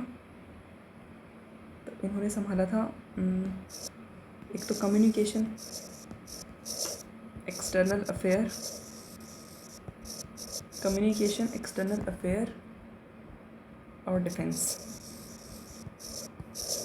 एक्सटर्नल अफेयर करना है, डिफेंस, आयरन मैन है ना ये, तो आयरन मैन चाहिए आजकल की कम्युनिकेशन को लेके। कम्युनिकेशन, एक्सटर्नल अफेयर और डिफेंस। इन्होंने कहा था प्रिंसली स्टेट्स को कि कम्युनिकेशन, एक्सटर्नल अफेयर और डिफेंस, प्रिंसली स्टेट्स को कहा था कि आप पूरे के पूरे इंडिया के अंदर जोड़िए, इन तीनों को भी इंडिया के अंदर जोड़िए। कम्युनिकेशन को, एक्सटर्नल अफेयर को और डिफेंस को आप इंडिया के अंदर जोड़ दीजिए। जम्मू कश्मीर इंडिया का पार्ट कब बना था? जम्मू कश्मीर तो ये बना है 26 अक्टूबर 1948। 26 अक्टूबर 1948। अब इंडिपेंडेंस के टाइम पे पंजाब आया था कि हम लोग तो भारत से अलग रहेंगे। पंजाब आया था, पंजाब कि हम लोग भारत से अलग रहेंगे। अब ये इंडिपेंडेंस की बात कर रहे थे ना, तो इस टाइम पे तो यहाँ पे इंडिपेंडेंस की बात कर रहे थे, इसलिए यहाँ पे पेप्सू आया। पेप्सू किस चीज़ के लिए? ये पंजाब, ईस्टर्न पंजाब और ये हिली स्टेट्स के लिए था कि ये लोग कोई इंडिपेंडेंट नहीं होगा। सरदार वल्लभ भाई पटेल का रोल है इसके अंदर भी कि कोई इंडिपेंडेंट नहीं होगा, सब यहीं रहेंगे। अब स्टैंड स्टिल एग्रीमेंट किसके बीच में था? स्टैंड स्टिल एग्रीमेंट, तो ये था Hyderabad. Stand still agreement Hyderabad, stand still agreement Hyderabad के अंदर था। इसमें प्राइम मिनिस्टर कौन था यहाँ पे? तो लायक अली पता है कहाँ का था? वहाँ का। Stand still agreement plus Mountbatten के बीच में था ये। तो स्टैंड स्टिल एग्रीमेंट, लायक अली हैदराबाद का PM था ये। लायक अली मतलब नालायक अली, और माउंटबेटन ब्रिटिश का प्रेसिडेंट, ब्रिटिश का PM माउंटबेटन, गवर्नर जनरल है ये, PM नहीं, गवर्नर। सेकेंड वर्ल्ड वॉर के टाइम पे कौन वो है? तो ये है लिनलिथ को। जैसे वर्ल्ड वॉर शुरू हुआ था ना, तब इंडियंस कहने लग गए थे ब्रिटेन को कि आप हमें चाहिए कंप्लीट इंडिपेंडेंस, ठीक है, और आप हमें सपोर्ट करो। ब्रिटिशर्स को कहा था कि आप इसमें हमें पूरा एश्योरेंस दो, अगर हम आपका सपोर्ट करेंगे तो आप हमें कंप्लीट इंडिपेंडेंस देंगे। जैसे ही वॉर हुआ था ना, तो यहाँ पे एकदम से इमरजेंसी लगा दी गई थी, ब्रिटेन ने यहाँ पे इमरजेंसी लगा दी थी 1939 के अंदर, ठीक है, इमरजेंसी लगा दी थी। फिर यहाँ पे क्या हुआ था कि इंडिपेंडेंस, तभी फिर कांग्रेस वालों ने कहा कि नहीं, हमारे लोग पार्टिसिपेट नहीं करेंगे, क्योंकि ज़बरदस्ती पार्टिसिपेट करवा दिया गया था। तो फिर कहा गया कि हमारे लोग पार्टिसिपेट नहीं करेंगे, और पार्टिसिपेट अगर करते भी हैं तो आपको कंप्लीट इंडिपेंडेंस का एश्योरेंस देना पड़ेगा। इंडियन नेशनल कांग्रेस ने वर्ल्ड वॉर 2 के अंदर पार्टिसिपेट नहीं करवाया, ना ही ये लोग एक्सपेक्ट कर रहे थे। ये लोग सिर्फ कह रहे थे कि आप एक्सपेक्ट भी नहीं कर रहे थे ये लोग, क्योंकि उनको पता था कि ये नहीं देने वाले कंप्लीट इंडिपेंडेंस। तो ना तो ये एक्सपेक्ट कर रहे थे, ना ही ये वर्ल्ड वॉर 2 के अंदर कूदे हैं। हमने देखा था ना कि कांग्रेस ने 22 अक्टूबर 1939 को रिज़ाइन कर दिया था। क्यों रिज़ाइन किया था? क्योंकि इनको ज़बरदस्ती वर्ल्ड वॉर 2 के अंदर कूदा दिया गया था। वर्ल्ड वॉर किसके अगेंस्ट में था? जर्मनी के अगेंस्ट में। तो इन्होंने इसलिए रिज़ाइन कर दिया था। ये जो वर्ल्ड वॉर था ना, ये 1939 से वर्ल्ड वॉर 2 जो है 1 सितंबर 1939 से ये 1945 तक चला है। 1 सितंबर 1939 से 1945 तक चला था ये ख़त्म कैसे हुआ था? इसमें जर्मनी ने पोलैंड पे अटैक कर दिया था, ठीक है। फिर एकदम से ख़त्म कैसे होता है कि 6 साल के बाद, 6 साल तक चला है ये, 39 से 45 तक। अमेरिका ने हिरोशिमा और नागासाकी के ऊपर एटॉमिक बॉम्ब फेंक दिया था।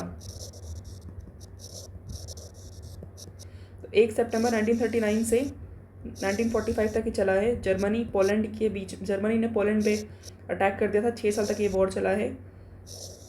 अमेरिका का हिरोशिमा और नागासाकी ने अटैक कर दिया था। 1945 के अंदर अटैक हुआ है ये, और 1945 में ख़त्म हुआ है ये atomic bomb. Second world war के टाइम पे पीएम कौन था? चर्चिल। यहाँ पे था लिलिथ गो, और वहाँ था चर्चिल। मुस्लिम्स को सेपरेट कंट्री चाहिए। तो ये शुरू कब हुआ था? सबसे पहले कि मुस्लिम्स को ना एक सेपरेट होमलैंड चाहिए। तो ये आइडिया किसका था? ये आइडिया था इकबाल का। मुस्लिम्स को सेपरेट कंट्री चाहिए, ये आइडिया था इकबाल का। कब दिया गया था ये? इलाहाबाद सेशन 1930 के अंदर। मुस्लिम्स को एक अलग से कंट्री चाहिए, ये इकबाल का आइडिया था, जो कि इलाहाबाद सेशन के अंदर दिया गया था। Allahabad session of Muslim league. Allahabad session of Muslim league के अंदर 1930 का Allahabad session of Muslim league के अंदर कहा गया था इकबाल ने कि हमें एक अलग से कंट्री चाहिए। पाकिस्तान वर्ड किसने दिया था? रहमत अली ने। रहमत अली का ही था वो पैम्पलेट, नाउ और नेवर, पेरिश और फॉरएवर, वो वाला जो टेम्पलेट था ना, वो भी रहमत अली का ही था। इकबाल का आइडिया था कि हमको चाहिए अलग से कंट्री, ठीक है। कहते ना इनकलाब जिंदाबाद, नहीं ये तो अलग है। तो इकबाल का वो आइडिया था, और इलाहाबाद सेशन 1930 के अंदर मुस्लिम लीग में दिया गया था। पाकिस्तान के रहमत अली ने ये दिया था, ठीक है, नाउ और नेवर और पेरिश फॉरएवर, तो ये रहमत अली का था। पाकिस्तान टर्म दिया था रहमत अली ने, नाम दिया रहमत अली, लेकिन पाकिस्तान वालों ने रहमत की नहीं। और पाकिस्तान रेजोल्यूशन किसने प्रेजेंट किया था? लाहौर सेशन के अंदर। लाहौर सेशन इनका मुस्लिम लीग का सेशन 1940 के अंदर। ये आया था इलाहाबाद सेशन 1930। मुस्लिम लीग के 2 ही सेशन याद रखने हैं। एक इलाहाबाद सेशन जो है 1930 के अंदर, एक है लाहौर का सेशन जो है 1940 के अंदर। इसमें तो वही सब बात की गई है कि सेपरेट उसकी बात की गई, सेपरेट स्टेट चाहिए। लाहौर के अंदर क्या हुआ है यहाँ पे एक आदमी का नाम है सिकंदर हयात खान। ठीक है, सिकंदर हयात खान, इन्होंने सिकंदर हयात खान ये लेके आए थे पाकिस्तान रेजोल्यूशन। ये क्या कर लेके आए थे? ये लेके आए थे पाकिस्तान रेजोल्यूशन, इन्होंने ड्राफ्ट किया था। सिकंदर हयात खान, सिकंदर हयात खान ने पाकिस्तान रेजोल्यूशन सिकंदर हयात खान ने पाकिस्तान रेजोल्यूशन को ड्राफ्ट किया था। इसको प्रेजेंट किसने किया था? इसको प्रेजेंट किया था फजलुल हक ने। ठीक है, तो 4 नाम है। पहला नाम है इकबाल, जिसने सेपरेट नेशन की बात की है। पाकिस्तान टर्म दिया है रहमत अली ने। पाकिस्तान रेजोल्यूशन को ड्राफ्ट करने वाले हैं सिकंदर हयात खान, और इसको प्रेजेंट किसने किया है लाहौर सेशन के अंदर 1940? फजलुल हक ने। लाहौर सेशन के प्रेसिडेंट कौन थे? कौन होंगे? जिन्ना। 1940 लाहौर सेशन के प्रेसिडेंट थे जिन्ना। ठीक है, और यहाँ पे इन्होंने कह दिया था कि हमें चाहिए सेपरेट स्टेट, पाकिस्तान चाहिए।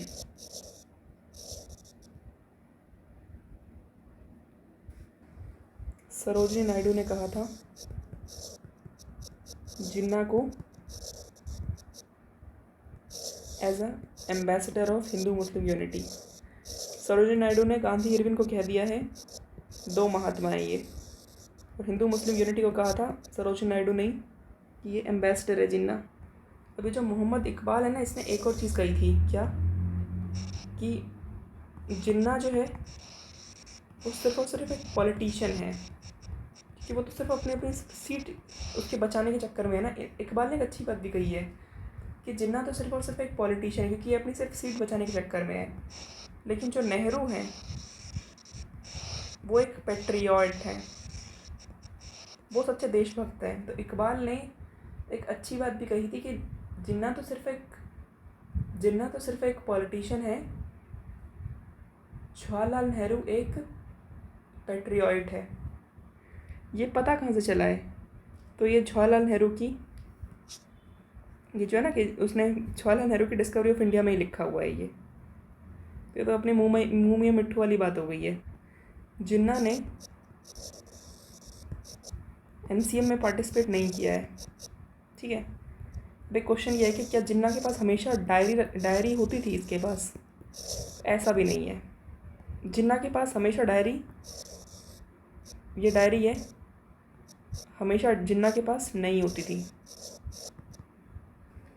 देखो ये ना, इकबाल ने जो कहा था कि सेपरेट होमलैंड होना चाहिए, ये 1930 में इलाहाबाद सेशन के अंदर कहा था।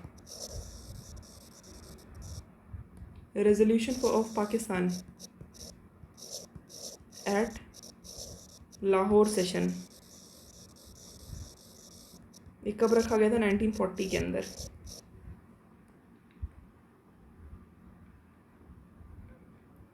देखो पाकिस्तान रेजोल्यूशन को किसने बनाया था? सिकंदर हयात खान ने। आगे चल के एक आएगा लाहौर रेजोल्यूशन। इसको बनाने वाला कौन था? इसको बनाने वाले का नाम है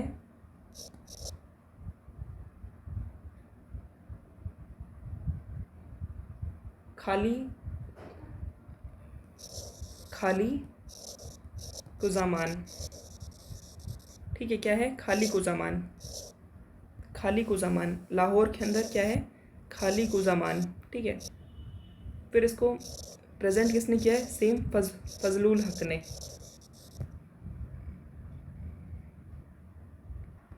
देखो ये ना बड़ी कन्फ्यूज़न सी है, इसको मुझे भूल जाना है पिछले वाले को सारा। मुझे सिर्फ इतना याद रखना है कि ये जो पाकिस्तान रेजोल्यूशन है, इसको सिकंदर हयात खान ठीक है, सिकंदर हयात खान ने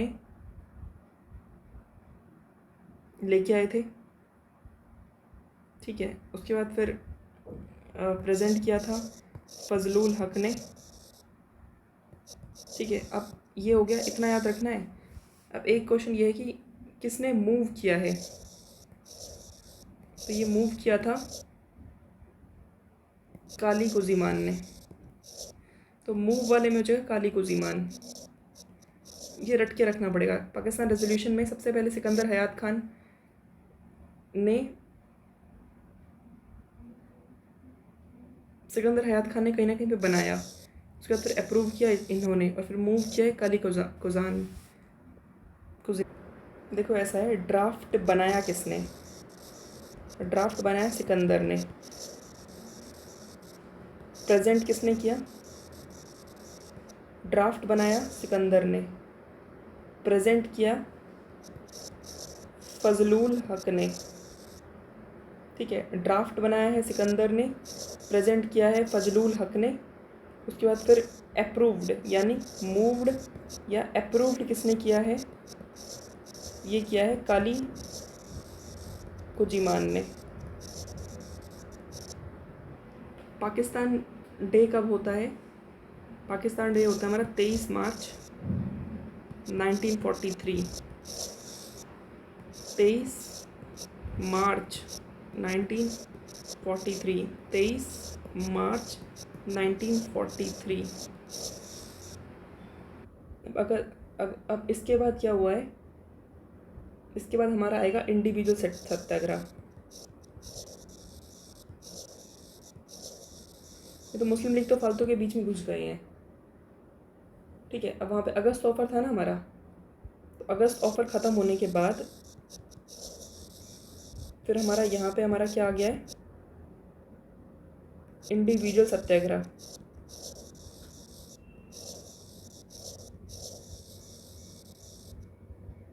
यहाँ पे ये अगस्त ऑफर हुआ था, ये लॉर्ड लिलिथ के द्वारा दिया गया था। अगस्त ऑफर 1940 में है, ये मुस्लिम लीग वाली बात चल रही है हमारी। ठीक है, ये सब चल रहा है side by side. August offer 1940 के अंदर था। ये वायसराय लिलिथ गो ने 8 अगस्त 1940 के अंदर अनाउंस किया था। इसमें इतना कुछ होने के बाद भी फिर कहा था कि डोमिनियन स्टेटस दिया जाएगा।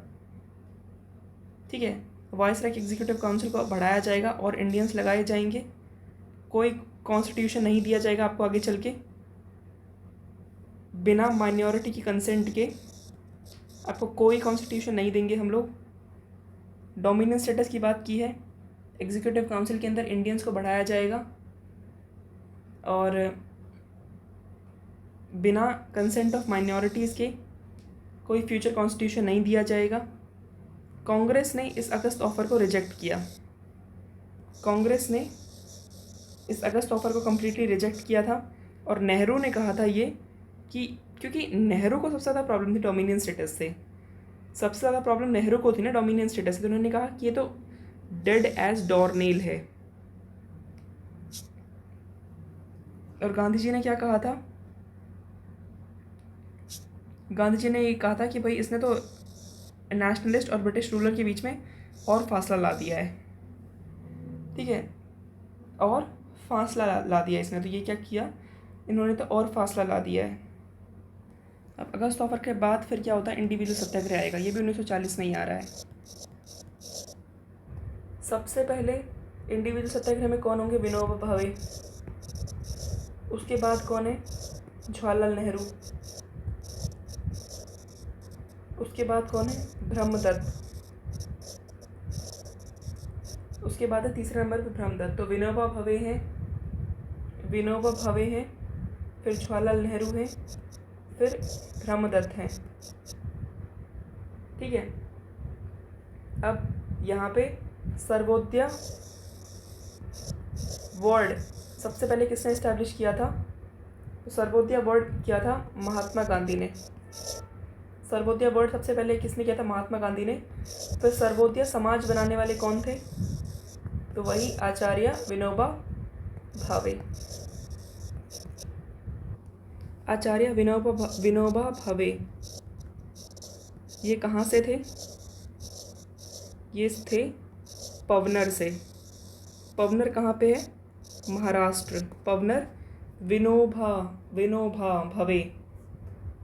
पवन को देख के हमारे अंदर भाव आता है। महाराष्ट्र से थे। विनोबा भवे महाराष्ट्र से थे। ठीक है। दूसरा है और कौन? ये इंडिविजुअल सत्याग्रह की बात कर रहे हैं हम लोग। ठीक है।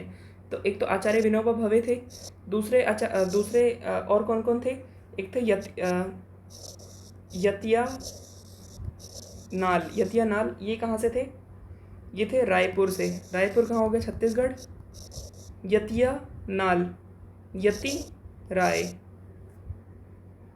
राय एकदम यति में नहीं देनी चाहिए। ठीक है। तो रायपुर से थे यतिया नाल। तीसरे हैं फिर राम गोपाल तिवारी। तो राम गोपाल तिवारी थे हमारे, ये थे बिलासपुर से।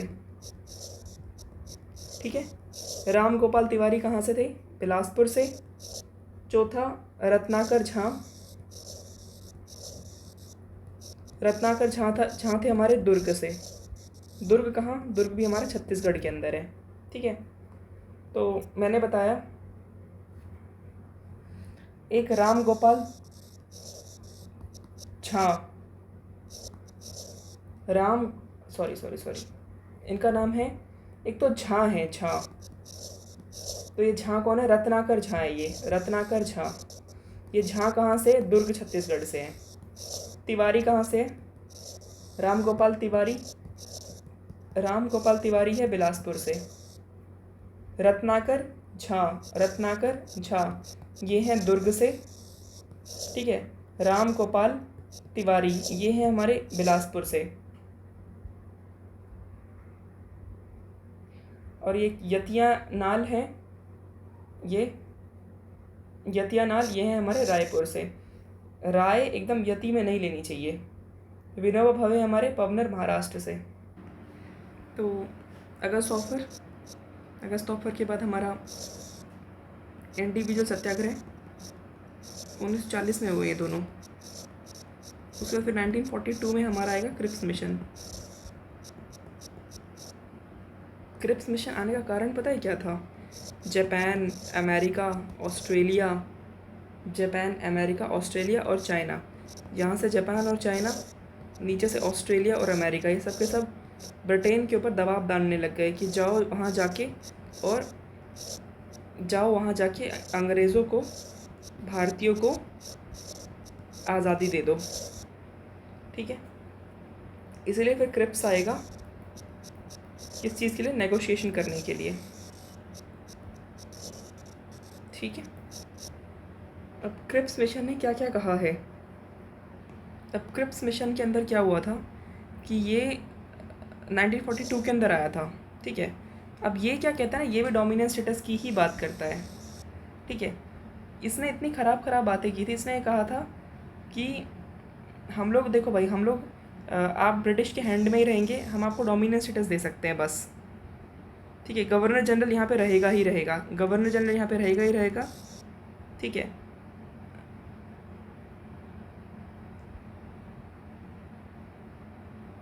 और रिलीजियस माइनॉरिटीज़ के पास भी पावर रहेगी।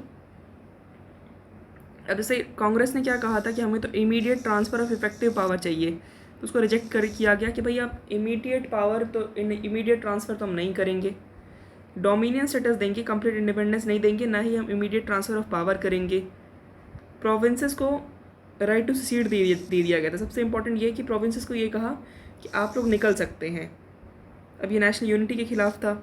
मुस्लिम लीग ने इसको क्रिटिसाइज़ किया क्योंकि उन्होंने उनकी कंट्री का मुस्लिम लीग ने इसको क्रिटिसाइज़ किया था क्योंकि पाकिस्तान की कोई बात ही नहीं थी। हिंदू महासभा ने कहा कि यार ये सीड का राइट दे रहे हैं, ये क्या मतलब है? तो सब ने इसको क्रिटिसाइज़ किया था। नए कॉन्स्टिट्यूशन आप बना सकते हैं, ये कहा था। अब इन्होंने ना ऐसा नहीं कहा था। इन्होंने कहा था सिंपल, इन्होंने कहा था कि इंडियन स्टेट्स जो हैं वो इंडियन यूनियन को ज्वाइन करेंगे और इंडिया को ना कोई भी ऑटोनॉमी नहीं दी गई है। इंडिया को कोई ऑटोनॉमी नहीं दी गई है इसके अंदर। सिर्फ इसमें यही कहा गया था कि डोमिनियन स्टेटस बनाने देंगे। वर्ल्ड वॉर 2 के बाद आपको देंगे हम लोग डोमिनियन स्टेटस, बस बात ख़त्म। देखो इसमें ये है कि इन्होंने मुस्लिम के लिए कुछ नहीं कहा है, मुस्लिम और हिंदू सभा के लिए कुछ नहीं कहा है। तो एक ऑप्शन था आईएएस के अंदर, यूपीपीसीएस के अंदर एक क्वेश्चन था कि क्या क्या क्रिप्स मिशन ने इक्वल वोट देने की बात की है मुस्लिम को और हिंदुओं को। ऐसा कुछ भी नहीं है। इन्होंने सिर्फ इतना कहा था कि हाँ ठीक है आप, इन्होंने सिर्फ इतना कहा था कि प्रोविंसेस जो हैं अगर वो चाहें तो इंडियन यूनियन से बाहर रह सकती हैं, पहली बात। दूसरी बात इन्होंने ये कहा था कि हम लोग डोमिनियन स्टेटस देंगे, ठीक है। तीसरी बात कि कॉन्स्टिट्यूशन को एक्सेप्ट किया जाएगा फ्रेम बाय कॉन्स्टिट्यूएंट असेंबली, बात ख़त्म। जो भी कॉन्स्टिट्यूएंट असेंबली कॉन्स्टिट्यूशन बनाएगी उसको हम लोग एक्सेप्ट कर लेंगे, जो भी कॉन्स्टिट्यूशन असेंबली कॉन्स्टिट्यूशन बनाएगी हम उसको एक्सेप्ट कर लेंगे, लेकिन हाँ डोमिनियन स्टेटस के रूप में एक्सेप्ट करेंगे, बस कंप्लीट इंडिपेंडेंस नहीं देंगे। अब इसी को ही महात्मा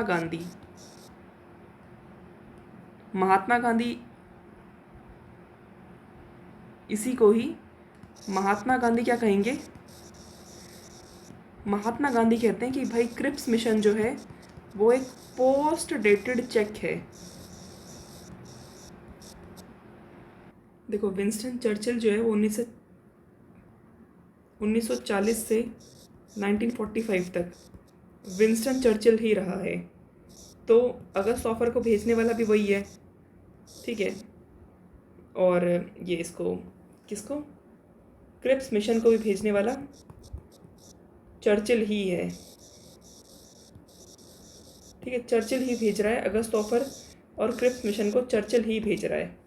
अभी जो क्रिप्स जब आए थे तो इससे किसने कौन ऑफिशियल्स ने इसे नेगोशिएट किया था? तो जवाहरलाल नेहरू ने। महात्मा गांधी तो गए ही नहीं इसके सामने। जेएल नेहरू और मौलाना आज़ाद, ठीक है। तो किसने डील किया था इससे? जवाहरलाल नेहरू ने प्लस मौलाना आज़ाद ने।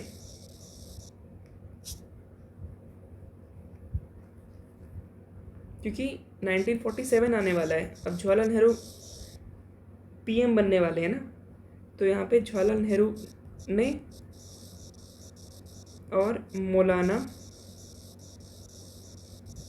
आज़ाद ने।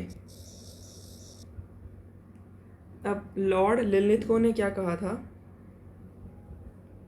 लॉर्ड लिनलिथगो ने क्या कहा था कि गांधी जो भी कर रहे हैं ना वो सिर्फ और सिर्फ एक पॉलिटिकल ब्लैकमेल है और कुछ नहीं है। गांधी जो भी कर रहे हैं वो एक पॉलिटिकल ब्लैकमेल है बस। और ये लिनलिथगो जो था इसका सबसे लॉन्गेस्ट टेन्योर रहा है वाइसराय के अंदर। सबसे लॉन्गेस्ट टेन्योर ऑफ वाइसराय कौन रहा है? यही रहा है। ये 1936 से 46 तक यही है पूरे के पूरे।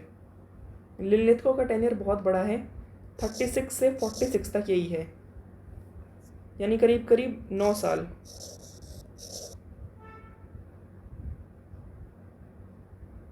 और क्विट इंडिया मूवमेंट भी इसी के टाइम पे लॉन्च हो रही है। क्विट इंडिया मूवमेंट भी इसी के टाइम पे लॉन्च हो रही है। ये क्या है? क्विट इंडिया मूवमेंट है, महात्मा गांधी की है ये भी। अब क्विट इंडिया मूवमेंट में क्या है, मतलब आज़ादी के लिए कर रहे हैं ये लोग, भारत छोड़ो। तो यहाँ पे कौन आदमी होगा?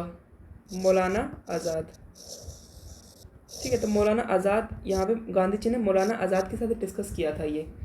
और क्विट इंडिया कमेटी जो कांग्रेस वर्किंग कमेटी थी उसको कौन लीड कर रहे थे इस टाइम पे? ये मौलाना आज़ादी। तो कहते कि मेरा तो नाम आज़ाद है, एक काम करते हैं अब आज़ादी ले ही लेते हैं, क्विट इंडिया मूवमेंट चला देते हैं। और ये मीटिंग कहाँ पे हुई थी? ये मीटिंग होगी वारधा गुजरात, ठीक है। वारधा गुजरात के अंदर हुई है ये मीटिंग, वारधा। देखो क्विट इंडिया मूवमेंट जो है वो हुई है लिनलिथगो के टाइम पे, ठीक है। तो क्विट इंडिया मूवमेंट हुई है लिनलिथगो के टाइम पे, ठीक है। लेकिन इस टाइम पे लॉर्ड वेवल भी है यहीं पे। वेवल क्या है? एज अ कमांडर के रूप में है, कमांडर इन चीफ के रूप में वेवल। फिर ललित को जाएगा 1936 से 46 तक ये रहेगा ना। एक मिनट, कब से कब तक रहेगा ये? 1936 से 46 तक।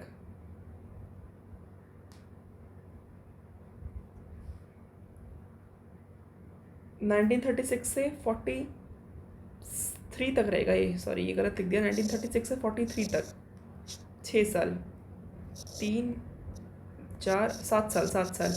1936 से 43 तक ये रहेगा ललित को। अब ये वेवल यहाँ पे कमांडर इन चीफ है इस टाइम पे, तो फिर ये रहेगा 1943 से पकड़ के और 47 तक 4 साल ये रहेगा हमारा वेवल। क्विट इंडिया मूवमेंट कब हुआ था? 9 अगस्त 1942। 9 अगस्त 1942 से कहाँ से? ग्वालियर टैंक मुंबई। ग्वालियर टैंक मुंबई से। अब जैसे ये मूवमेंट शुरू हुई ना, तो यहाँ पे इन्होंने ऑपरेशन ज़ीरो चला दिया और ऑपरेशन ज़ीरो में इन सबको जेल में डाल दिया। अब इसमें जेल में डाल दिया, इसमें ये आगा खान प्लेस है। कहाँ पे है ये? पुणे के अंदर ये जेल है। इसमें गांधी प्लस सरोजिनी नायडू को यहाँ पे भेजा गया था। ठीक है, तो ऑपरेशन ज़ीरो चलाया गया, उसमें जेल में डाला गया था 2 लोगों को। आगा खान, ऑपरेशन ज़ीरो चलाया गया था और 2 लोगों को जेल में डाला गया था। आगा खान प्लेस, गांधी को और सरोजिनी नायडू को। देखो, क्विट इंडिया मूवमेंट के अंदर गांधी जी ने किसी को भी अपनी पोस्ट छोड़ने के लिए नहीं कहा था। गांधी जी कभी ऐसा कहेंगे नहीं कि अपनी पोस्ट छोड़ दो या फिर आप रिज़ाइन दे दो। गांधी जी कभी नहीं कहेंगे ऐसा। उन्होंने सिर्फ प्रिंसली सेठ को ज़रूर कहा था कि प्लीज़ आप, प्रिंसली सेठ को कहा था कि आप प्लीज़ सॉवरेनिटी ऑफ पीपल को एक्सेप्ट करो।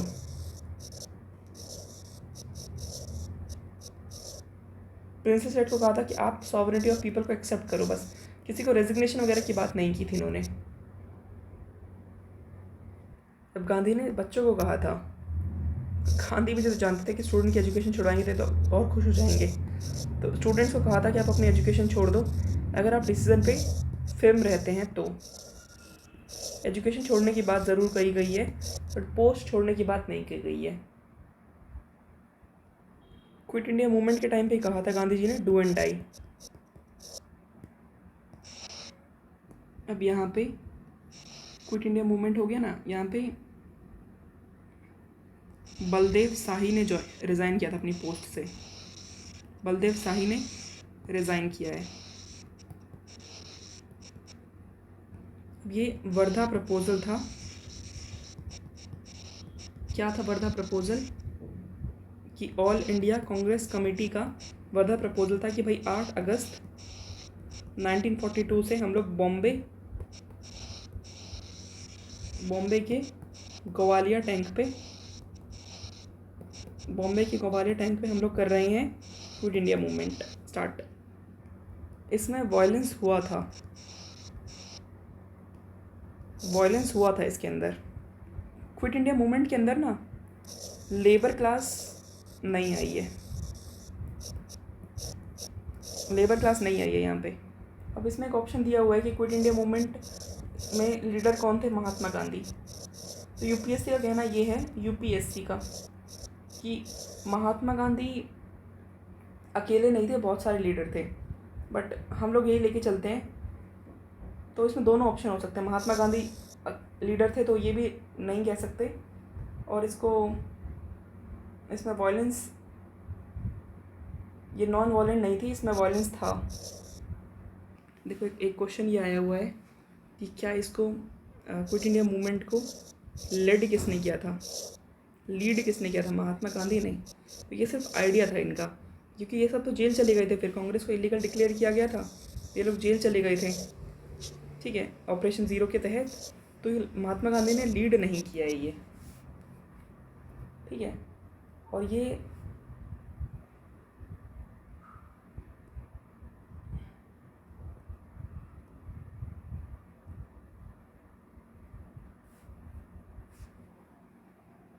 क्विट इंडिया मूवमेंट को गांधी जी ने लीड नहीं किया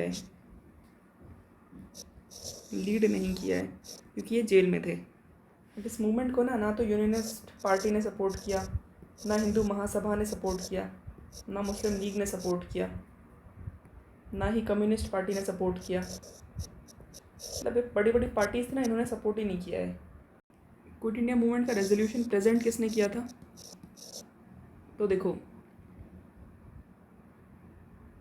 क्विट इंडिया मूवमेंट का कौन सपोर्ट करेंगे, रेजोल्यूशन प्रेजेंट किया था जवाहरलाल नेहरू ने। अब जवाहरलाल नेहरू का रोल आने लग जाएगा। फिर रेजोल्यूशन ये किया, फिर इसको ये किया है, ठीक है। फिर सरदार पटेल ने इसको सपोर्ट किया था, ठीक है, जवाहरलाल नेहरू के द्वारा बॉम्बे सेशन में।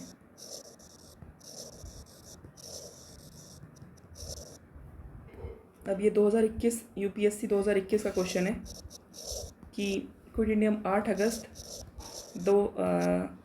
1942 को क्या हुआ था बेसिकली, ठीक है। तो इसमें quit India movement adopted by all India Congress committee, बस यही था, ठीक है। Quit India movement adopted by all India Congress committee, तो यही ऑप्शन ठीक है बस। Quit India adopted by all India Congress committee. देखो, क्विट इंडिया मूवमेंट का ड्राफ्ट किसने तैयार किया? महात्मा गांधी ने। मूव किसने किया? JL नेहरू ने। सपोर्ट किसने किया? वल्लभ पटेल ने, ठीक है। क्विट इंडिया मूवमेंट जिस टाइम पे ड्राफ्ट किया गया था ना, तो उस टाइम पे ये थे, रामगढ़ सेशन चल रहा था उस टाइम पे। मौलाना अबुल कलाम आज़ाद थे, ठीक है। अब ये याद रखना है कि कांग्रेस का 1941 से 45 तक कोई सेशन नहीं हुआ है। क्यों नहीं हुआ है? क्योंकि कांग्रेस रिज़ाइन कर चुकी थी। 41 से 45 कोई सेशन नहीं हुआ है। और ये रामगढ़ सेशन 1940 का है। यहाँ पर बात चल रही थी, और 1941 से 45 के बीच में कोई सेशन नहीं हुआ है। तो अब सेशन नहीं हुआ है, 41 से 45 तक सेशन ही नहीं हुआ है, तो कहेंगे कि भाई 6 कॉन्जिक्यूटिव ईयर तक कौन प्रेसिडेंट रहा। जब सेशन ही नहीं हुआ तो कह देंगे हाँ भाई मौलाना अबुल कलाम आज़ाद ही हुए हैं, सबसे यंगेस्ट भी यही थे। तो क्विट इंडिया मूवमेंट करने का कारण क्या था? एक तो जापानीज़ का ख़तरा था, ठीक है। एक हमारा ये इनकी हरकतें उल्टी फुल्टी थी। अब इसमें एक ऑप्शन दिया हुआ था कि क्या क्विट इंडिया मूवमेंट इसलिए था कि गांधी जी ने अब वायलेंस का सपोर्ट करना शुरू कर दिया है, तो लोगों को प्रोवोक कर रहे थे कि चलो चलो अब आप भी वायलेंस करो, क्योंकि गांधी जी भी वायलेंस पे उतर गए हैं। तो ऐसा कभी नहीं था, ठीक है। गांधी जी ने never supported violence. Quit India movement के अंदर सिर्फ इतना था कि अब कंडीशन ऐसी हो गई थी तो उन्होंने फिर वायलेंस के लिए मना नहीं किया है, बट उन्होंने कभी सपोर्ट नहीं किया कि हाँ आप वायलेंस करो। क्विट इंडिया मूवमेंट के टाइम पे उषा मेहता चलाती है रेडियो, और क्विट इंडिया मूवमेंट के टाइम पे राम मनोहर लोहिया भी है। अब एक बकरी का टापू ये दिख जाए कि बकरी का टापू क्या चीज़ है, या फिर ऑल इंडिया आज़ाद दास्ता, ठीक है। तो बकरी का टापू दिख जाए या ऑल इंडिया आज़ाद दास्ता, तो ये कहाँ पे थी? ये थी नेपाल के अंदर। बकरी का टापू या फिर ऑल इंडिया आज़ाद दास्ता नेपाल के अंदर, तो ये गुरिल्ला वॉर करने के लिए थी, गुरिल्ला वॉर अगेंस्ट ब्रिटिश। और ये इसको किसने चलाया था? JP नारायण, ठीक है। तो बकरी का टापू, all India Azad Dasta in Nepal, guerrilla war against British, JP Narayan. Quit India movement के टाइम पे कौन प्राइम मिनिस्टर थे? तो वही 1940 से 45 तक कौन रहा है? चर्चिल ही है यहाँ पे। देखो, वेब मिलर जो है ये तो धरसना वाले से करेगा, जर्नलिस्ट है ये। क्विट इंडिया मूवमेंट के टाइम पे कौन था? अमेरिकन जनरल, वो था क्विट इंडिया के टाइम पे लुइस महात्मा गांधी के साथ क्विट इंडिया मूवमेंट के टाइम पे कौन था?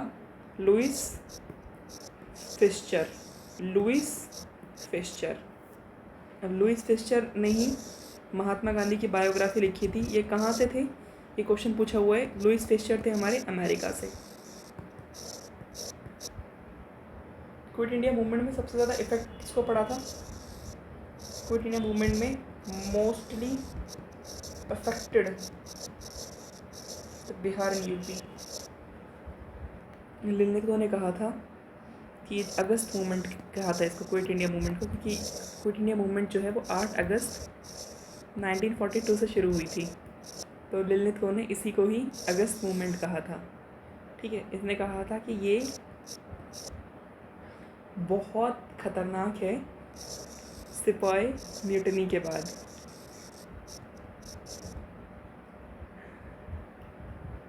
ये बहुत डेंजरस है आफ्टर सिपाही म्यूटनी, क्योंकि इसके अंदर पीजेंट्स बहुत ज़्यादा इन्वॉल्व थे। इसमें लेबर इन्वॉल्व नहीं है, इसमें पीजेंट्स बहुत ज़्यादा इन्वॉल्व थे। क्विट इंडिया मूवमेंट 9 अगस्त को लॉन्च हुई है।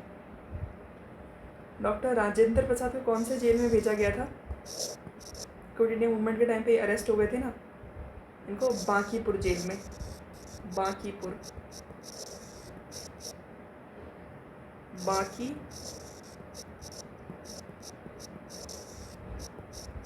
बांकीपुर जेल के अंदर।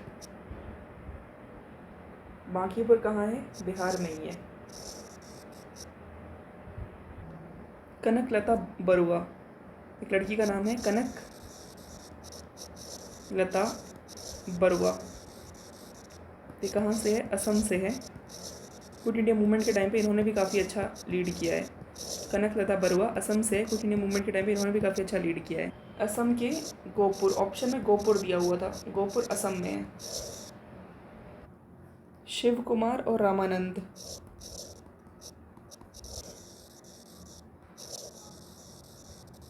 ये बिहार से अरेस्ट हुए थे, बिहार के हजारीबाग से।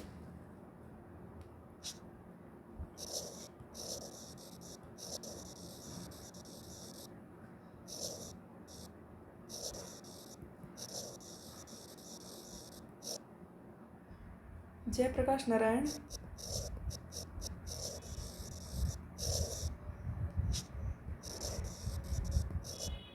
क्विट इंडिया मूवमेंट की वजह से ही नेशनल लीडर बन गए थे।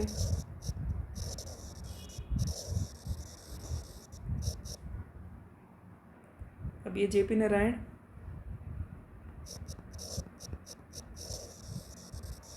और योगेंद्र शुक्ला, जेपी नारायण और योगेंद्र शुक्ला दोनों को पटना लेके आए गए थे। जगत नारायण लाल की बीवी का क्या नाम था? इनका नाम था राम प्यारी। इनका रोल ये है कि इन्होंने सबको कहा था कि आप लोग सबके सब नौकरी छोड़ दीजिए, नौकरी छोड़ो। अब क्विट इंडिया मूवमेंट में ना आरएसएस ने भी पार्टिसिपेट, जो भी बड़ी बड़ी पार्टी से सब गई नहीं क्विट इंडिया मूवमेंट में। आरएसएस भी नहीं किया। तो उसमें रीज़न ही दे रखा है क्या, इसको ये लगता था आरएसएस वालों को कि क्विट इंडिया मूवमेंट की वजह से जो फ्रीडम है वो डिले हो रही है। तो ऐसा नहीं था, ठीक है, ऐसा नहीं था कि क्विट इंडिया मूवमेंट की वजह से फ्रीडम डिले हो रही है। रीज़न ये था आरएसएस जो है ना वो बड़ी बड़ी चीज़ों के साथ जुड़ता ही नहीं था उस टाइम पे। मुस्लिम लीग क्यों नहीं पार्टिसिपेट किया? मुस्लिम लीग को पता था अगर अंग्रेज चले गए तो बस फिर हमें तो कुछ मिलने वाला नहीं है, तो इसलिए ब्रिटिशर्स के क्लोज चले गए थे। अब अरुणा आसफ अली, ठीक है, और ये राम मनोहर लोहिया, जेपी नारायण, सब क्विट इंडिया मूवमेंट से हैं। अब यहाँ पे क्विट इंडिया मूवमेंट के टाइम पे कहीं कहीं पे पैरेलल गवर्नमेंट चलने लग गई है। तो उसमें एक तो है बलिया,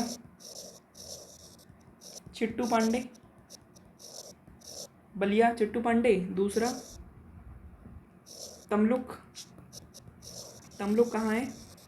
तमलुक है मिदनापुर, बंगाल के अंदर। ठीक है। तीसरा सतारा,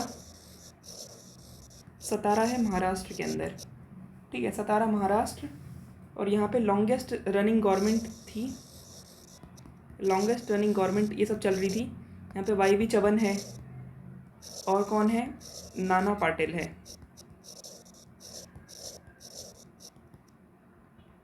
मिदनापुर के अंदर ना, ये मिदनापुर के अंदर जातीय सरकार भी बन रही थी, जातीय सरकार, मिदनापुर के अंदर जातीय सरकार बन रही थी। 1942 में ही बनी है ये भी। और बलिया जो है ना वो यूपी में पड़ता है। क्विट इंडिया मूवमेंट है ना, इनको पूरा दे दिया था कि भाई अब आपको छोड़ना पड़ेगा ब्रिटिशर्स को, कि अब आपको छोड़। एक सी राजगोपालाचारी फॉर्मूला आया था, सी राजगोपालाचारी फॉर्मूला। तो सी राजगोपालाचारी फॉर्मूला किस चीज़ के लिए आया था? ये क्या हुआ था कि मुस्लिम लीग और कांग्रेस के बीच में डेडलॉक हो गया था, है ना। तो डेडलॉक हो गया था, इसलिए सी राजगोपालाचारी लेके आए थे। इसको कहा गया था the way out, way out निकालने के लिए इन्होंने कहा था कि मुस्लिम लीग को कहा आप लोग ना प्लेबिसाइड करवा लो, बट वही एक ये फेल हो गया था, फिर इट गॉट फेल्ड।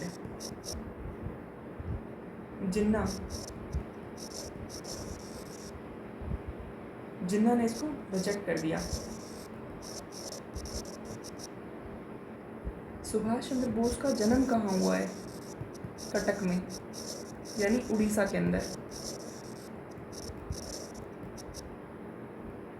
ये 1897 में बॉर्न हुए हैं, 23 जैन 1897, यानी गांधी जी से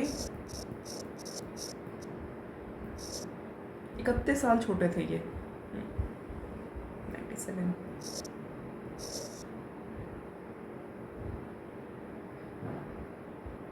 अट्ठाईस साल छोटे थे गांधी जी से, ठीक है। 1897 के अंदर ये बॉर्न हुए थे, कलकत्ता यूनिवर्सिटी से पढ़े थे ये। और इनका यूपीएससी कब निकला था? और आईसीएस 1920 के अंदर।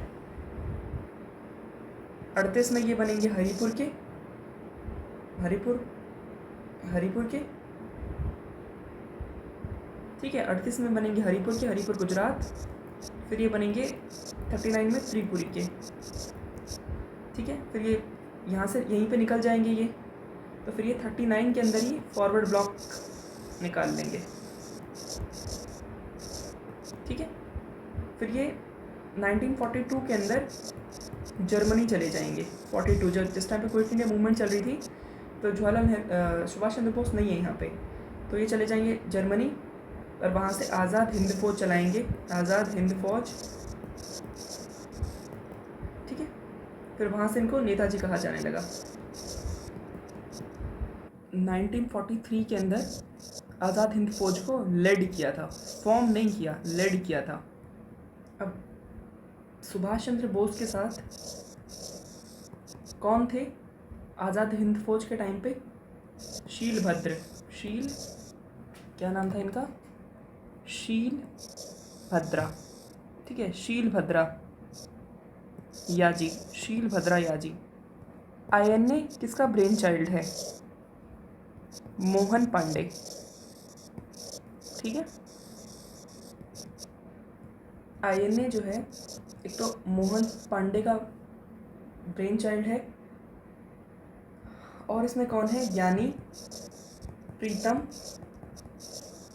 प्रीतम भी है। ये ज्ञानी प्रीतम जो है ना, ये गदर पार्टी में भी थे, ज्ञानी प्रीतम गदर पार्टी में भी थे, और इंडिया इंडिपेंडेंस मूवमेंट के अंदर भी थे, ठीक है। तो मोहन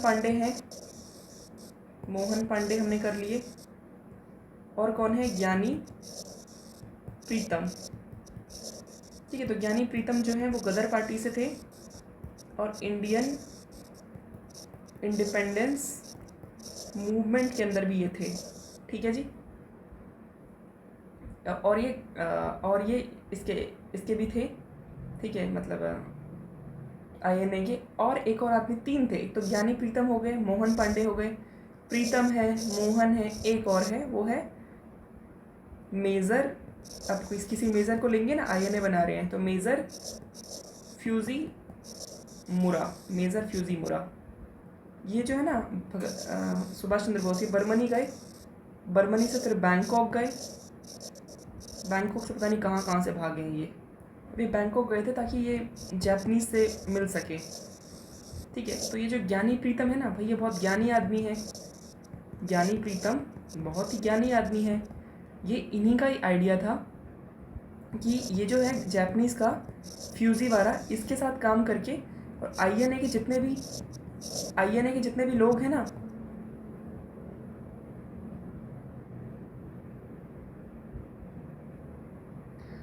ये ज्ञानी प्रीतम का ही आइडिया था। फ्यूजीवारा जो जापानीज़ की मिलिट्री का हेड था, कि सारे के सारे ना आप सोल्जर्स को छोड़ दो जो भी इंडिया की इंडिपेंडेंस के अंदर पार्ट लेना चाहते हो, तो आप उन सोल्जर्स को सबको छोड़ दो। मोहन पांडे जो है सिर्फ ब्रेन चाइल्ड है, फाउंडर नहीं है।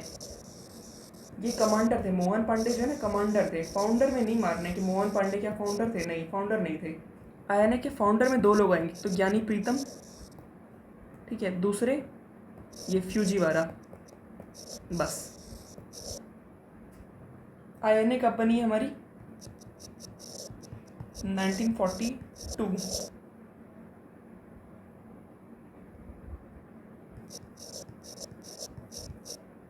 1942 के अंदर ही इंडियन इंडिपेंडेंस लीग बनाई गई है।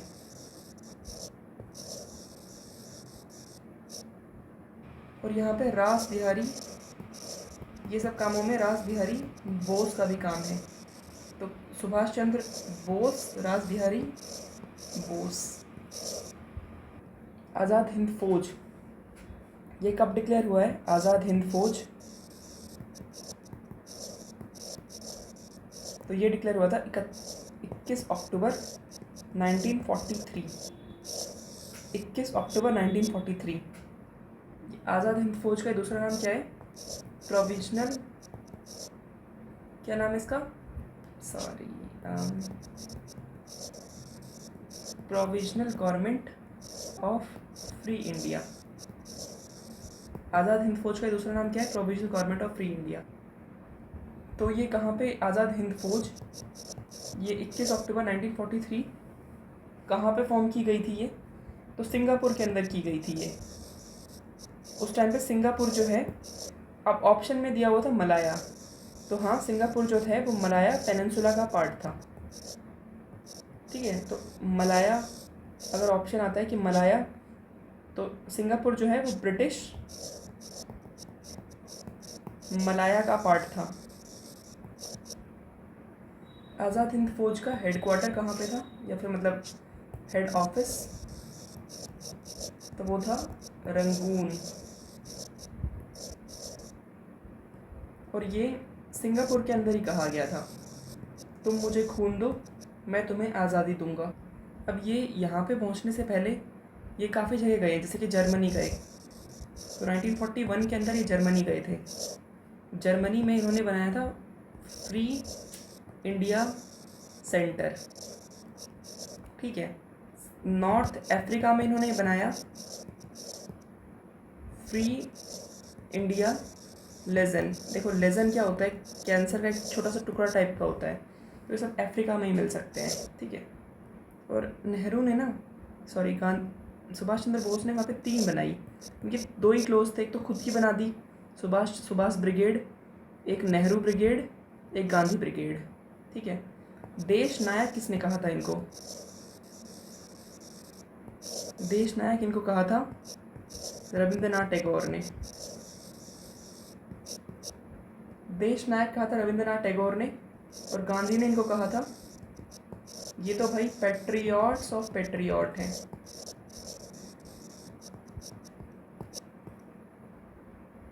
आज़ाद हिंद फौज डे, ये कब बनाया जाता है? आज़ाद हिंद फौज डे 12 नवंबर 1945। 12 नवंबर 1945। आज़ाद हिंद फौज बनी कब थी? 21 अक्टूबर 1943।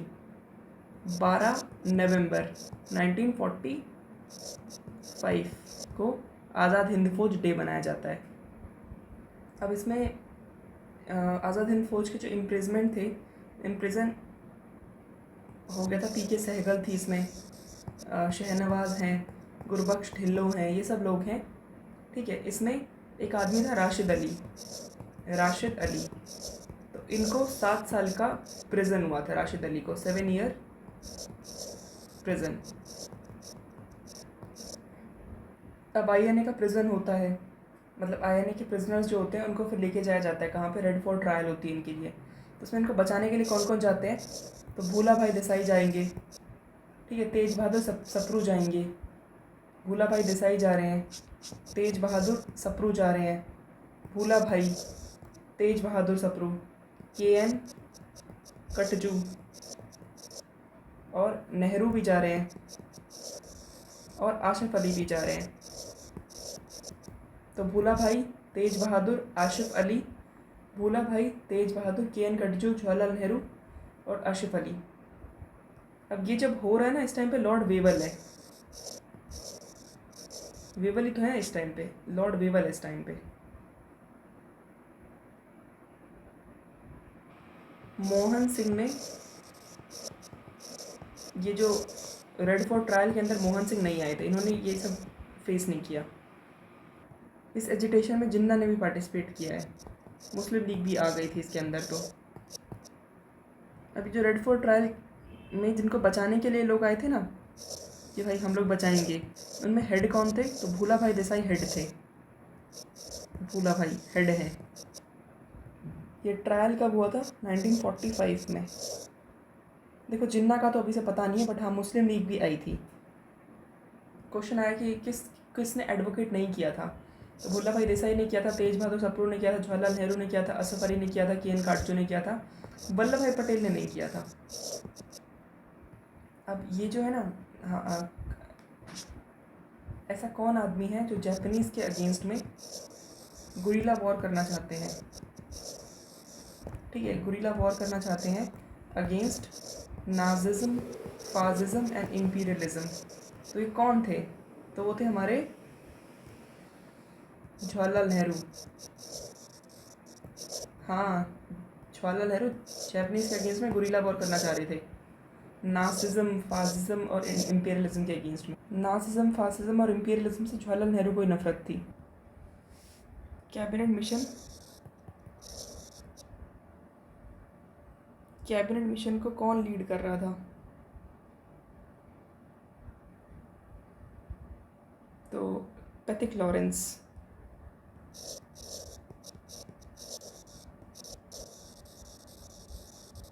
PM कौन था यहाँ पे, तो PM था इटली था इस टाइम पे, इटली।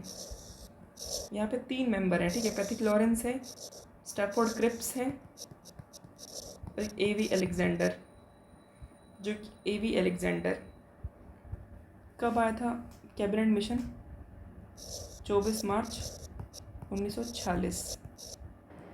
कैबिनेट मिशन ने कहा था 3 टियर पॉलिटी। इसका मतलब क्या है कि प्रोविंसेस को A, B और C ग्रुप में बांट दो। तो 3 टियर पॉलिटी किसका था, ये कैबिनेट मिशन का ही था कि ग्रुप A, B और C के अंदर बांट दो। देखो मुस्लिम लीग ने विड्रॉ किया था कैबिनेट मिशन से। कैबिनेट मिशन में क्या था कि पहले ये ना मुस्लिम लीग को बहुत सपोर्ट कर रहे थे, तो जिन्ना खुश हो गया, तो इन्होंने इसके अंदर घुस किया कि यार ये तो बढ़िया है। लेकिन फिर कांग्रेस इससे खफा थी कि ये तो बहुत ज़्यादा मुस्लिम लीग को सपोर्ट किया जा रहा है। तो कांग्रेस ने ये कहा कि जब हम लोग मेजॉरिटी के अंदर आएंगे ना, तो हम इस पूरे के पूरे खेल को बदल के रख देंगे। तो मुस्लिम लीग इस बात पे विड्रॉ कर गई। कैबिनेट मिशन भले इनके फेवर में था, बट कांग्रेस की बात सुन के हम लोग जब भी सत्ता में आएगी इसको बदल के रख देंगे, मुस्लिम लीग वाले को भगा देंगे। फिर मुस्लिम लीग यहाँ से विड्रॉ कर गई। ये है पहला, तो ये ठीक है। अब इसका रीज़न ये है कि वेवल ने ना बहुत वो किया था इनको, मुस्लिम लीग वालों को कि प्लीज़ आप इंटरिम गवर्नमेंट को ज्वाइन करो। फिर मुस्लिम लीग ने इंटरिम गवर्नमेंट को ज्वाइन किया था, बट ये इसका रीज़न नहीं है कि इसलिए विड्रॉ किया था। ये दोनों इंडिपेंडेंटली करेक्ट हैं। तो हाँ, इसने विड्रॉ किया था और वेवल के कहने पे इन्होंने 1946 के अंदर इन्होंने ये भी ज्वाइन किया था इंटरिम गवर्नमेंट।